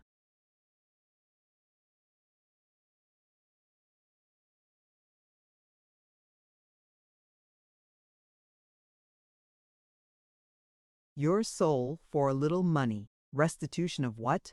The fortune the doctor intended for Ursula. You took those 3 certificates, I know it now. You began by persecuting that poor girl, and you end by offering her a fortune.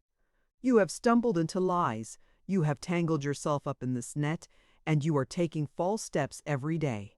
You are very clumsy and unskillful. Your accomplice Goupil has served you ill. He simply laughs at you.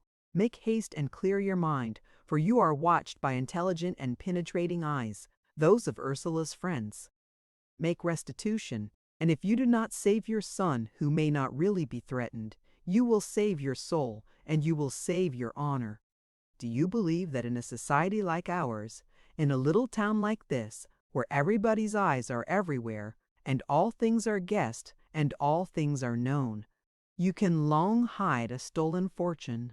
Come, my son, Anne.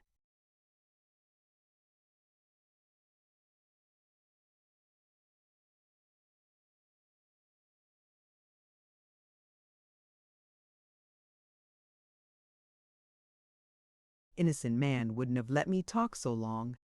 Go to the devil, cried Minaret. I don't know what you all mean by persecuting me. I prefer these stones, they leave me in peace. Farewell, then.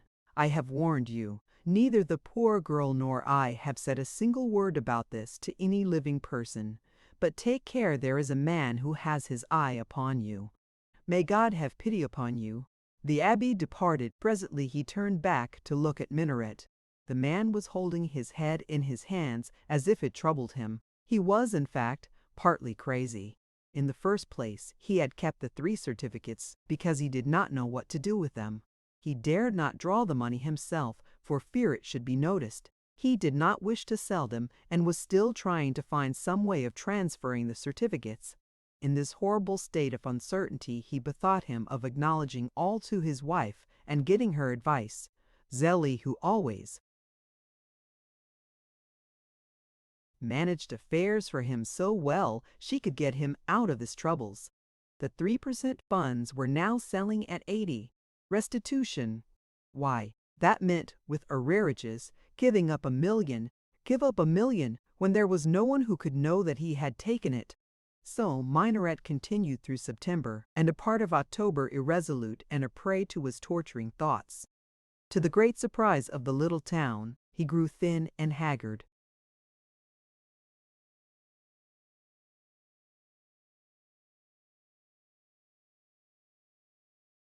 Chapter 20. Remorse. An alarming circumstance hastened the confession which Minaret was inclined to make to Zélie. The sword of Damocles began to move above their heads.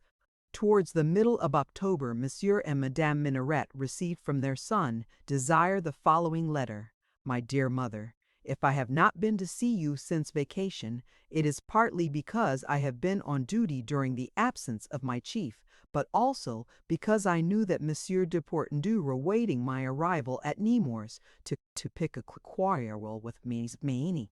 Tired, perhaps, of seeing his vengeance on our family delayed, the Viscount came to Fontainebleau, where he had appointed one of his Parisian friends to meet him, having already obtained the help of the Vicomte de Soulanges, commanding the troop of cavalry here in garrison. He called upon me very politely, accompanied by the 2 gentlemen, and told me that my father was undoubtedly the instigator of the malignant persecutions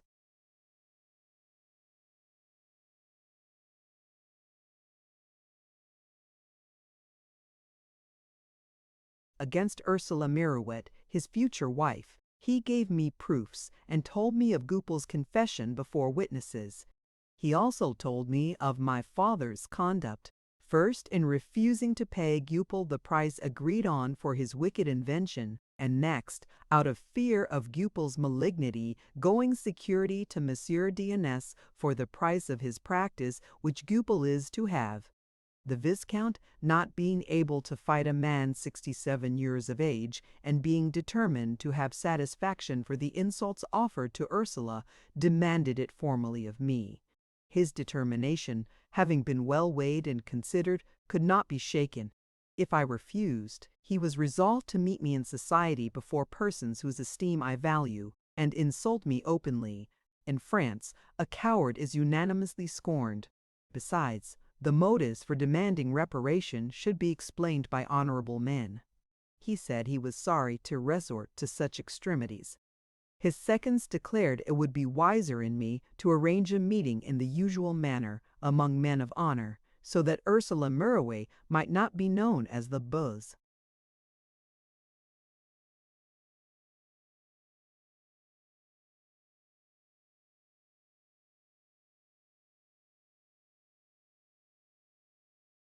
Cause of the quarrel, to avoid all scandal, it was better to make a journey to the nearest frontier.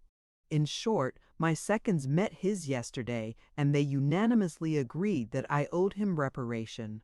A week from today I leave for Geneva with my two friends. Monsieur de Portendur, Monsieur de Solanges, and Monsieur de Trail will meet me there. The preliminaries of the duel are settled.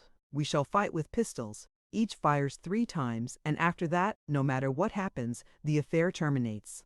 To keep this degrading matter from public knowledge, for I find it impossible to justify my father's conduct, I do not go to see you now, because I dread the violence of the emotion to which you would yield and which would not be seemly. If I am to make my way in the world, I must conform to the rules of society. If the son of a viscount has a dozen reasons for fighting a duel, the son of a postmaster has 100. I shall pass the night in the moors on my way to Geneva, and I will bid you good-bye then.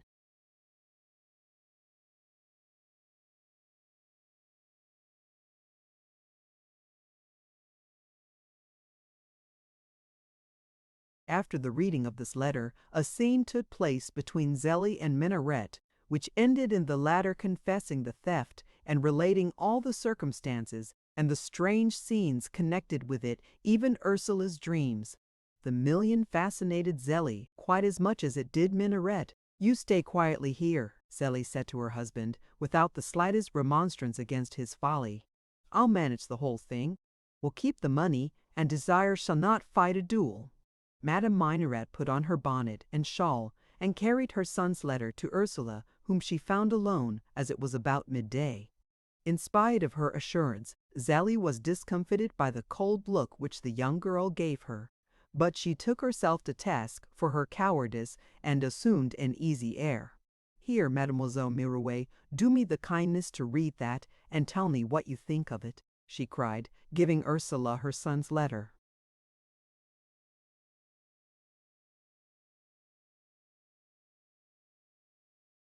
Ursula went through various conflicting emotions as she read the letter, which showed her how truly she was loved and what care Savinien took of the honor of the woman who was to be his wife. But she had too much charity and true religion to be willing to be the cause of death or suffering to her most cruel enemy.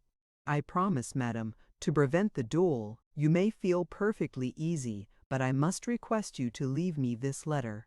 My dear little angel, can we not come to some better arrangement?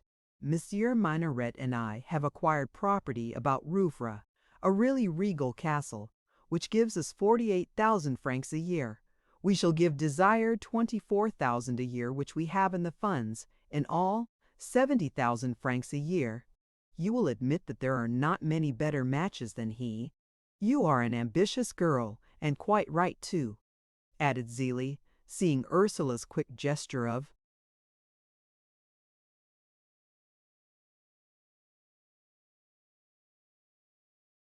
denial. "I have therefore come to ask your hand for Desire. You will bear your godfather's name, and that will honor it. Desire, as you must have seen, is a handsome fellow. He is very much thought of at Fontainebleau, and he will soon be Procureur du Roi himself. You are a coaxing girl, and can easily persuade him to live in Paris. We will give you a fine house there. You will shine. You will play a distinguished part. For, with 70,000 francs a year and the salary of an office, you in desire can enter the highest society. Consult your friends. You'll see what they tell you. I need only consult my heart, madame. Ta, ta, ta. Now don't talk to me about that little lady killer Savinian. You'd pay too high a price for his name. And for that little mustache curled up at the points like two hooks, and his black hair. How do you expect to manage on 7,000 francs a year, with a man who made 200,000 francs of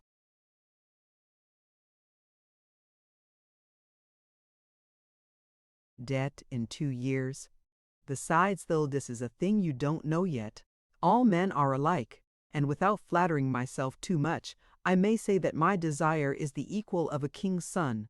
You forget, madam, the danger your son is in at this moment, which can, perhaps, be averted only by Monsieur de Portenduer's desire to please me.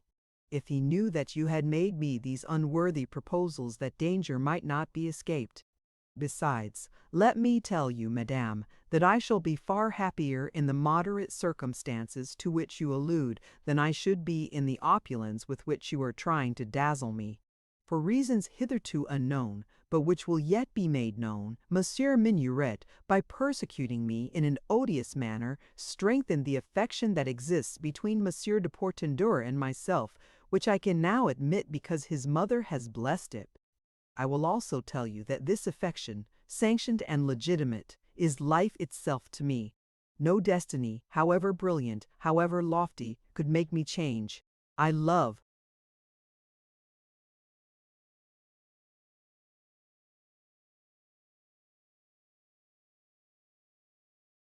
Without the possibility of changing. It would therefore be a crime if I married a man to whom I could take nothing but a soul that is Savinian's. But, madame, since you force me to be explicit, I must tell you that even if I did not love Monsieur de Portenduer, I could not bring myself to bear the troubles and joys of life in the company of your son. If Monsieur Savinian made debts, you have often paid those of your son. Our characters have neither the similarities nor the differences which enable two persons to live together without bitterness. Perhaps I should not have towards him the forbearance a wife owes to her husband. I should then be a trial to him. Pray cease to think of an alliance of which I count myself quite unworthy, and which I feel I can decline without pain to you, for with the great advantages you name to me, you cannot fail to find some girl of better station, more wealth, and more beauty than mine. Will you swear to me, said Zélie, to prevent these young men from taking that journey and fighting that duel? It will be, I foresee, the greatest sacrifice that Monsieur de Portenduer can make to me, but I shall tell him that my bridal crown must have no blood upon it. Well, I thank you, cousin, and I can only hope you will be happy. And I, madame, sincerely wish that you may realize all your expectations for the future of your son. These words struck a chill to the heart of the mother, who suddenly remembered the predictions of Ursula's last dream. She stood still, her small eyes fixed on Ursula's face, so white, so pure, so beautiful in her mourning dress, for Ursula had risen too to hasten her so-called cousin's departure. Do you believe in dreams? Said Zélie. I suffer from them too much not to do so.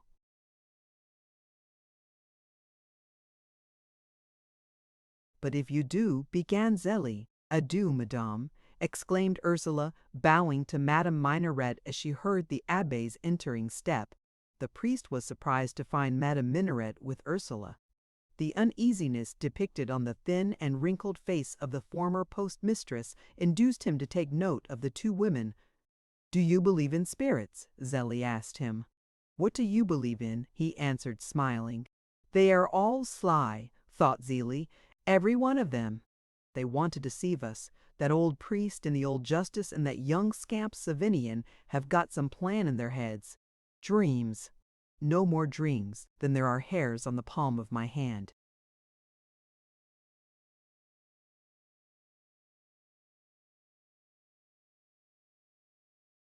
With two stiff, curt bows, she left the room. I know why Savinian went to Fontainebleau. said Ursula to the abbé, telling him about the duel and begging him to use his influence to prevent it. "Did Madame Minaret offer you her son's hand?" asked the abbé. "Yes. Minaret has no doubt confessed his crime to her," added the priest. Monsieur Bongrand, who came in at this moment, was told of the step taken by Zélie, whose hatred to Ursula was well known to him. He looked at the abbé as if to say, "Come out, I want to speak to you of Ursula without her hearing me." "Civinian must be told that you refuse 80,000 francs a year, and the dandy of Nemours," he said aloud. "Is it, then, a sacrifice?" she answered, laughing. "Are there sacrifices when one truly loves? Is it any merit to refuse the son of a man we all despise? Others may make virtues of their dislikes, but that ought not to be the morality of a girl brought up by a de Jordy and the abbé and my dear godfather," she said, looking up at his portrait. Bongrand took Ursula's hand and kissed it. "Do you know what Madame Minaret came about?" said the justice as soon as they were in the street. "What?" asked the priest, looking at Bongrand with an air that seemed merely curious. "She had some plan for restitution." "Then you think—" began the abbé.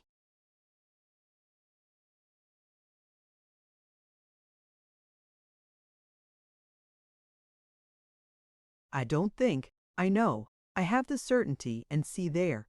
So saying, Bongrand pointed to Minaret, who was coming towards them on his way home. "When I was a lawyer in the criminal courts," continued Bongrand, "I naturally had many opportunities to study remorse, but I have never seen any to equal that of this man. What gives him that flaccidity, that pallor of the cheeks where the skin was once as tight as a drum and bursting with the good sound health of a man without a care? What has put those black circles round his eyes and dulled their rustic vivacity? Did you ever expect to see lines of care on that forehead? Who would have supposed that the brain of that colossus could be excited? The man has felt his heart. I am a judge of remorse, just as you are a judge of repentance, my dear abbé. That which I have hitherto observed has developed in men who were awaiting punishment or enduring it to get quits with the world.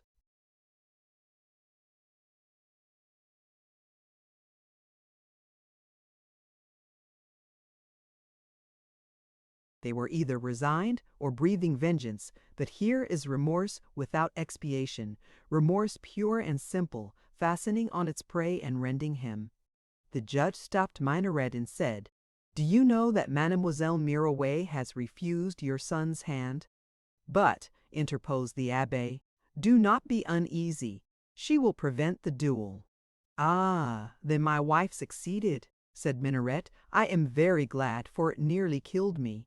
"You are indeed so changed that you are no longer like yourself," remarked Bongrand.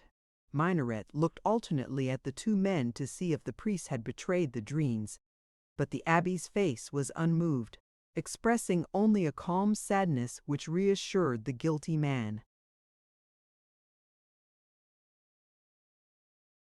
"And it is the more surprising," went on Monsieur Bongrand, "because you ought to be filled with satisfaction.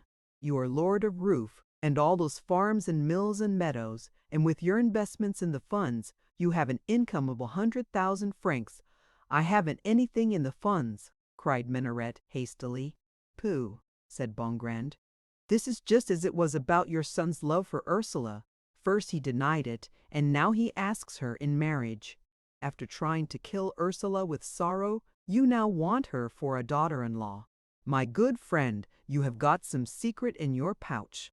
Minaret tried to answer. He searched for words and could find nothing better than, "You're very queer, monsieur. Good day, gentlemen." And he turned with a slow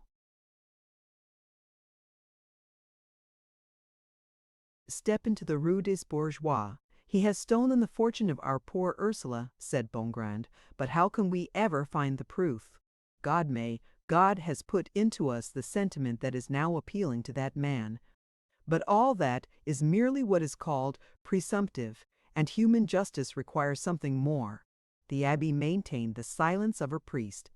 As often happens in similar circumstances, he thought much oftener than he wished to think of the robbery, now almost admitted by Manuret, and of Savigny's happiness, delayed only by Ursula's loss of fortune, for the old lady had privately owned to him that she knew she had done wrong in not consenting to the marriage in the doctor's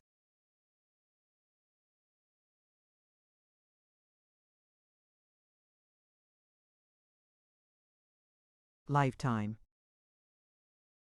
Chapter 21, showing how difficult it is to steal that which seems very easily stolen. The following day, as the abbé was leaving the altar after saying Mass, a thought struck him with such force that it seemed to him the utterance of a voice. He made a sign to Ursula to wait for him, and accompanied her home without having breakfasted. "My child," he said, "I want to see the 2 volumes your godfather showed you in your dreams, where he said that he placed those certificates and banknotes." Ursula and the abbé went up to the library and took down the 3rd volume of the Pandects. When the old man opened it, he noticed, not without surprise, a mark left by some enclosure upon the pages, which still kept the outline of the certificate. In the other volume he found a sort of hollow made by the long-continued presence of a package which had left its traces on the 2 pages next to it. "Yes, go up, Monsieur Bongrand," La Bougival was heard to say, and the justice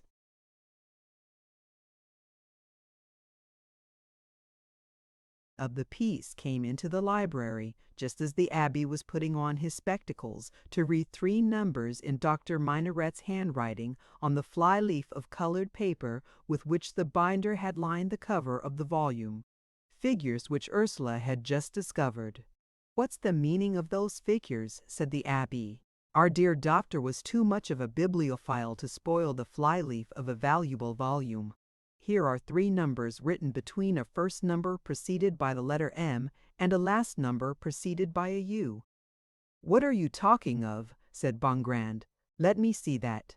"Good God!" he cried after a moment's examination. "It would open the eyes of an atheist as an actual demonstration of Providence. Human justice is, I believe, the development of the divine thought which hovers over the worlds." He seized Ursula and kissed her forehead. "Oh, my child, you will be rich and happy, and all through me."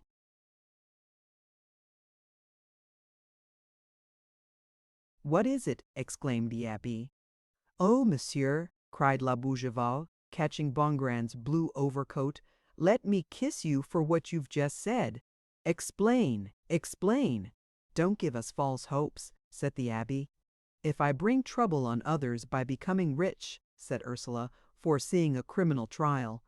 "I remember," said the justice, interrupting her, "the happiness you will give to Savigny." "Are you mad?" said the abbé. "No, my dear friend," said Bongrand. "Listen, the certificates and the funds are issued in series, as many series as there are letters in the alphabet, and each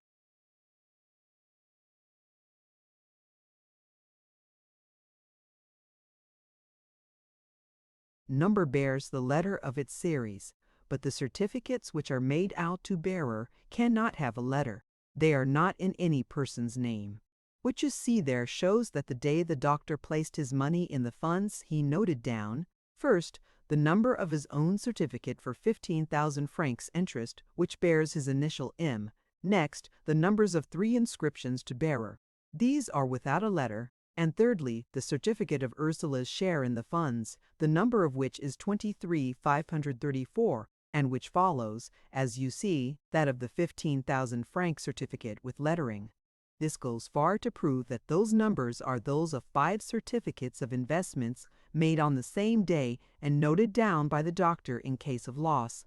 I advised him to take certificates to bearer for Ursula's fortune, and he must have made his own investment and that of Ursula's little property the same day. I'll go to D. Nice's office and look at the inventory.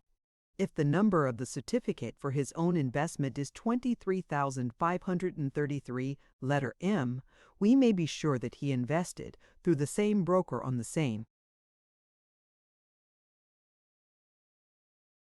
day, first his own property on a single certificate, secondly his savings in 3 certificates to bearer numbered but without the series letter. Thirdly, Ursula's own property. The transfer books will show, of course, undeniable proofs of this. Ha! Minaret, you deceiver, I have you. Modus, my children. Whereupon he left them abruptly to reflect with admiration on the ways by which Providence had brought the innocent to victory. The finger of God is in all this, cried the abbé. Will they punish him? Asked Ursula. Ah, mademoiselle, cried La Bougival, I'd give the rope to hang him. Bongrand was already at Goupil's, now the appointed successor of Dionys. But he entered the office with a careless air. I have a little matter to verify about the Minaret property, he said to Goupil.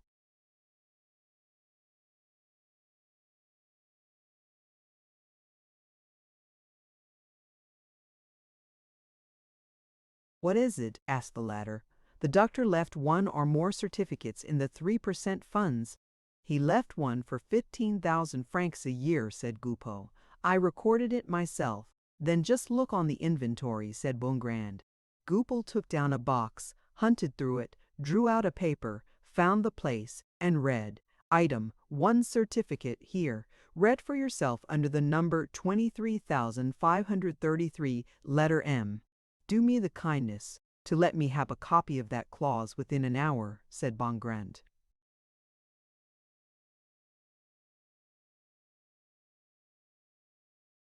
What good is it to you? Asked Goupil. Do you want to be a notary? Answered the justice of peace, looking sternly at Dionys's proposed successor. Of course I do, cried Goupil. I've swallowed too many affronts not to succeed now. I beg you to believe, monsieur, that the miserable creature once called Goupil has nothing in common with Maître Jean-Sébastien Marie Goupil, notary of Nemours and husband of Mademoiselle Massin. The two beings do not know each other. They are no longer even alike. Look at me. Thus adjured, Monsieur Bongrand took notice of Goupil's clothes. The new notary wore a white cravat, a shirt of dazzling whiteness adorned with ruby buttons, a waistcoat of red velvet, with trousers and coat of handsome black broadcloth made in Paris. His boots were neat, his hair, carefully combed, was perfumed, in short, he was metamorphosed.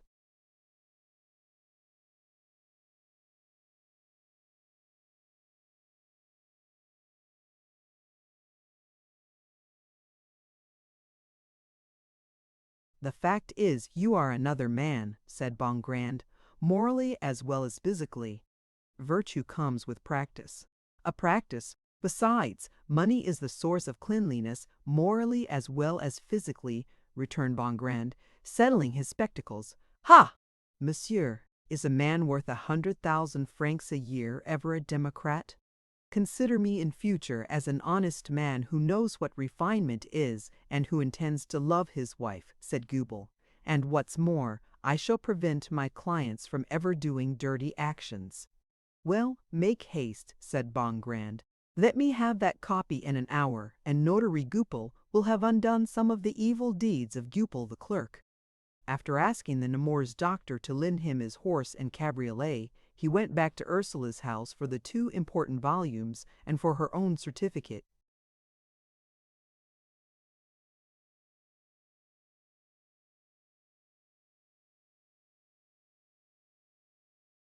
Of funds. Then, armed with the extract from the inventory, he drove to Fontainebleau and had an interview with the Procureur du Roi.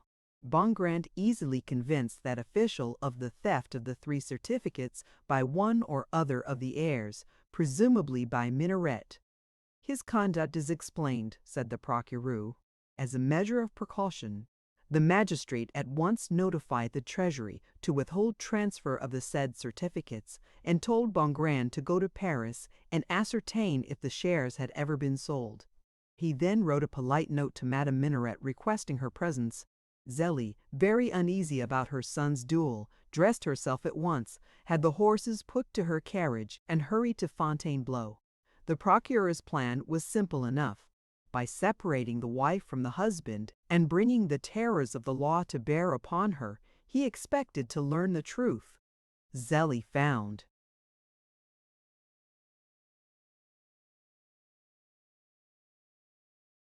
the official in his private office and was utterly annihilated when he addressed her as follows. "Madam," he said, "I do not believe you are an accomplice in a theft that has been committed upon the minaret property, on the track of which the law is now proceeding, but you can spare your husband the shame of appearing in the prisoner's dock by making a full confession of what you know about it. The punishment which your husband has incurred is, moreover, not the only thing to be dreaded. Your son's career is to be thought of. You must avoid destroying that. Half an hour hence will be too late. The police are already under orders for Nemours. The warrant is made out." Zélie nearly fainted. When she recovered her senses, she confessed everything. After proving to her that she was in point of fact an accomplice, the magistrate told her that if she did not wish to injure either son or husband, she must behave.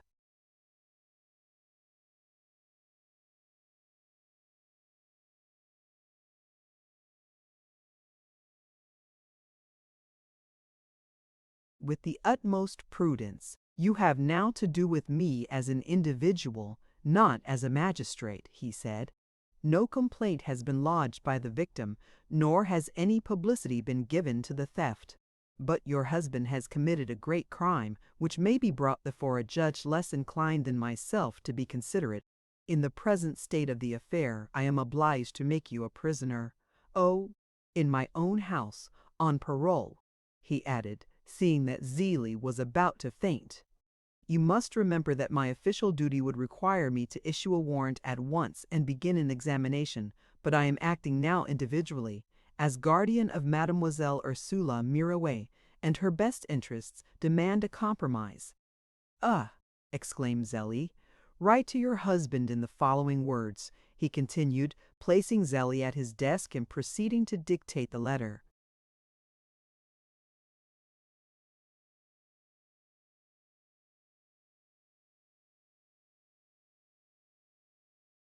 "My friend, I am arrested, and I have told all. Return the certificates which uncle left to Monsieur de Portendur in the will which you burned, for the Procureur du Roi has stopped payment at the Treasury."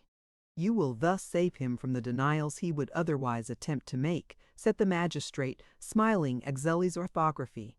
"We will see that the restitution is properly made. My wife will make your stay in our house as agreeable as possible.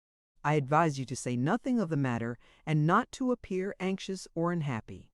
Now that Zélie had confessed and was safely immured, the magistrate sent for Désiré, told him all the particulars of his father's theft, which was really to Ursula's injury, but, as matters stood, legally to that of his co-heirs, and showed him the letter written by his mother.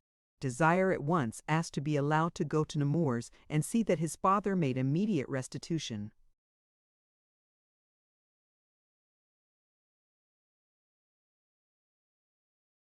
"It is a very serious matter," said the magistrate. "The will having been destroyed, if the matter gets wind, the co-heirs, Masson and Crémière, may put in a claim. I have proof enough against your father. I will release your mother, for I think the little ceremony that has already taken place has been sufficient warning as to her duty. To her I will seem to have yielded to your entreaties in releasing her. Take her with you to Nemours, and manage the whole matter as best you can. Don't fear anyone. Monsieur Bongrand loves Ursula Mirouet too well to let the matter become known." Zélie and Désiré started soon after for Nemours. 3 hours later, the Procureur du Roi received by a mounted messenger the following letter, the orthography of which has been corrected so as not to bring ridicule on a man crushed by affliction. To Monsieur le Procureur du Roi at Fontainebleau.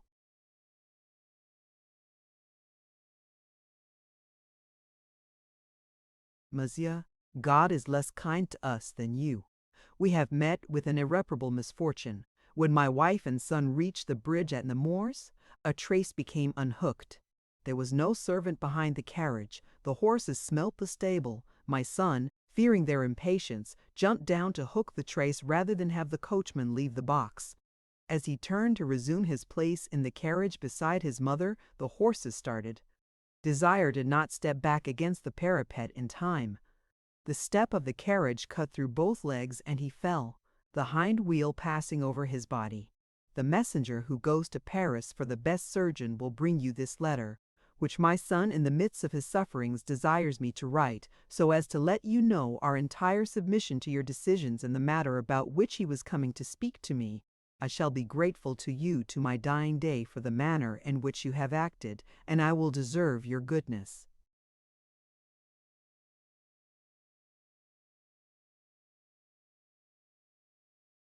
Francois Minaret. This cruel event convulsed the whole town of Nemours. The crowd standing about the gate of the Minaret house were the first to tell Savinian that his vengeance had been taken by a hand more powerful than his own. He went at once to Ursula's house, where he found both the abbé and the young girl more distressed than surprised. The next day, after the wounds were dressed, and the doctors and surgeons from Paris had given their opinion that both legs must be amputated, Minaret went, pale, humbled, and broken down, accompanied by the abbé, to Ursula's house, where he found also Monsieur Bongrand and Savinian. "Mademoiselle," he said, "I am very guilty towards you, but if all the wrongs I have done you are not wholly reparable, there are some that I can expiate. My wife and I had made a vow to make over to you in absolute possession our estate.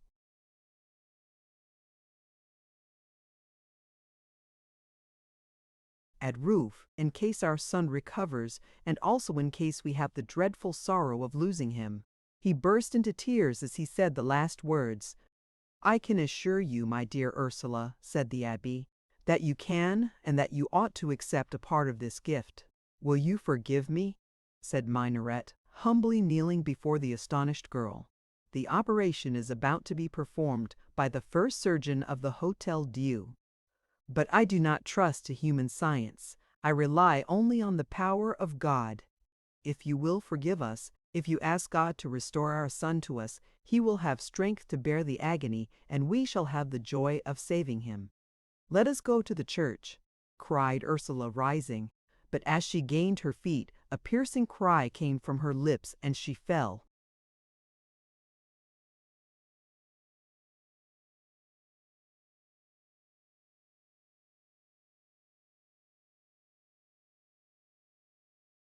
Backward fainting.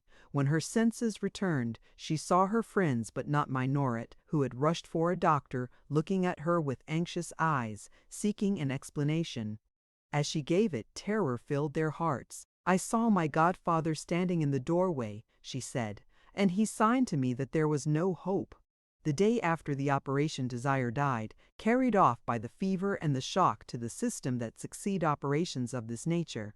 Madame Minaret, whose heart had no other tender feeling than maternity, became insane after the burial of her son, and was taken by her husband to the establishment of Dr. Blanche, where she died in 1841.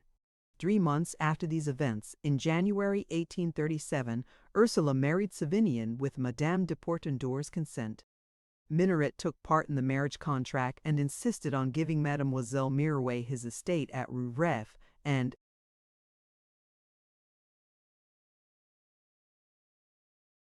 an income of 24,000 francs from the funds, keeping for himself only his uncle's house and 10,000 francs a year.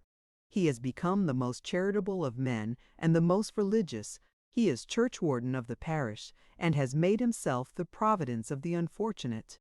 "The poor take the place of my son," he said. "If you have ever noticed by the wayside, in countries where they pole the oaks, some old tree, whitened and as if blasted, still throwing out its twigs though its trunk is riven and seems to implore the axe, you will have an idea of the old postmaster, with his white hair, broken, emaciated, in whom the elders of the town can see no trace of the jovial dullard whom you first saw watching for his son at the beginning of this history. He does not even take his snuff as he once did. He carries something Norbother Agumpil. Beholding him, we feel that the hand of God was laid upon that figure to make it an awful warning.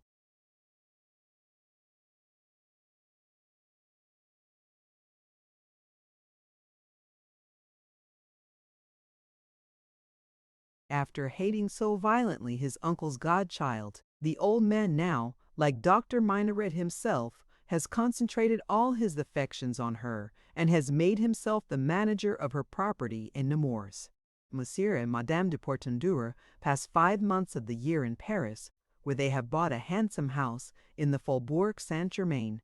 Madame de Portenduer the elder, after giving her house in Nemours to the Sisters of Charity for a free school, went to live at Rouf, where La Bougival keeps the porter's lodge. Cabarol, the former conductor of the Ducler, a man 60 years of age, has married La Bougival, and the 1,200 francs a year which she possesses besides the ample emoluments of her place. Young Cabarol is Monsieur de Portenduer's coachman. If you happen to see in the Champs-Élysées one of those charming little low carriages called escargots, lined with gray silk and trimmed with blue,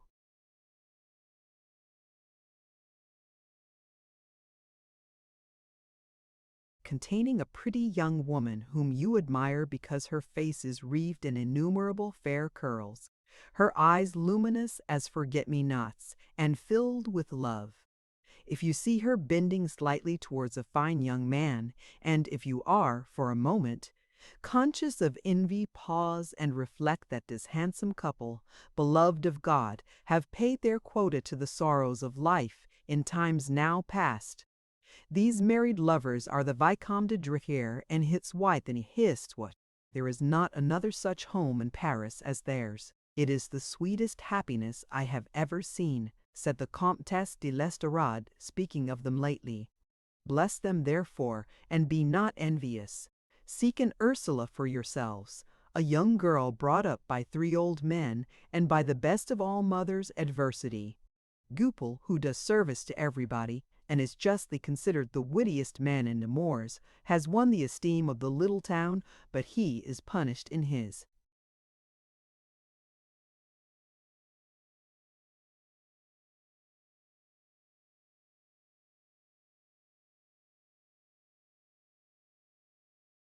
Children who are rickety and hydrocephalus. Dionis, his predecessor, flourishes in the Chamber of Deputies, of which he is one of the finest ornaments, to the great satisfaction of the King of the French, who sees Madame Dionis at all his balls. Madame Dionis relates to the whole town of Nemours.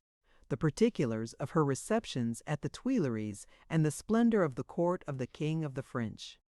She lords it over Nemours by means of the throne, which therefore must be popular in the little town. Bongrand is Chief Justice of the Court of Appeals at Melun. His son is in the way of becoming an honest Attorney General.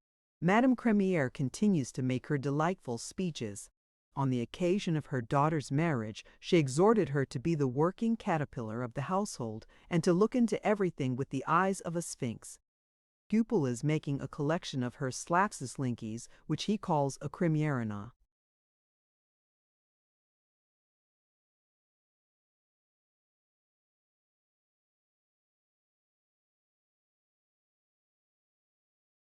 We have had the great sorrow of losing our good Abbé Chaperon, said the Vicomtesse de Portenduer this winter, having nursed him herself during his illness.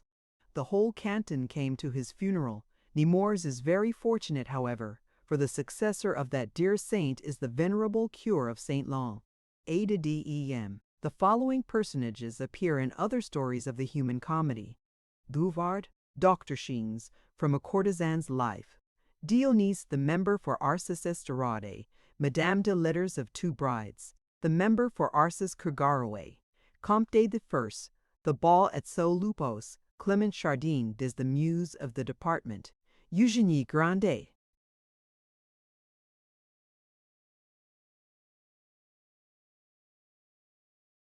Bachelor de Cossus, at Bittery, Canterkinane, Crins, Pertinacles, Havertine, The Unconscious Humorists, Another Study of Woman, The Lily of the Valley, Father Goriot, Jealousies of a Country, Twandry Twone, A Marriage Settlement, Lost Illusions, A Distinguished Provincial at Paris, Lettres of de Maid, Pertainseres, Avas, Habitationane de Vichem Crovatangel, A. Pretendery Abertomes, It's a Boris Conzils, Abicles, Perpentinangels, or for Tim Bidival Queen and Aldeid of these without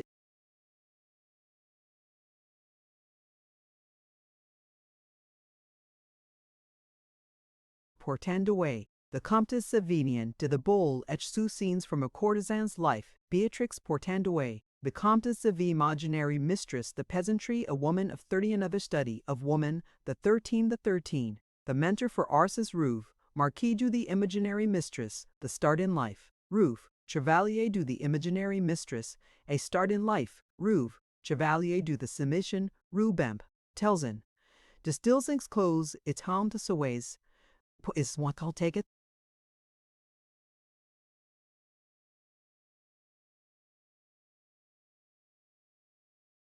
Cerise, Comtesse de start in life, the 13, a woman of 30 scenes from a courtesan's life, another study of woman, the imaginary mistress trails, Comtesse Maxiver Birotteau. Father Goriot Gobsec, a man of business, the member for Arces, the secrets of her princess cousin Betty Beatrix, the unconscious humorist Fondinesse, Marquise Charles de César Birotteau, the ball at Sisole, a daughter of Eve.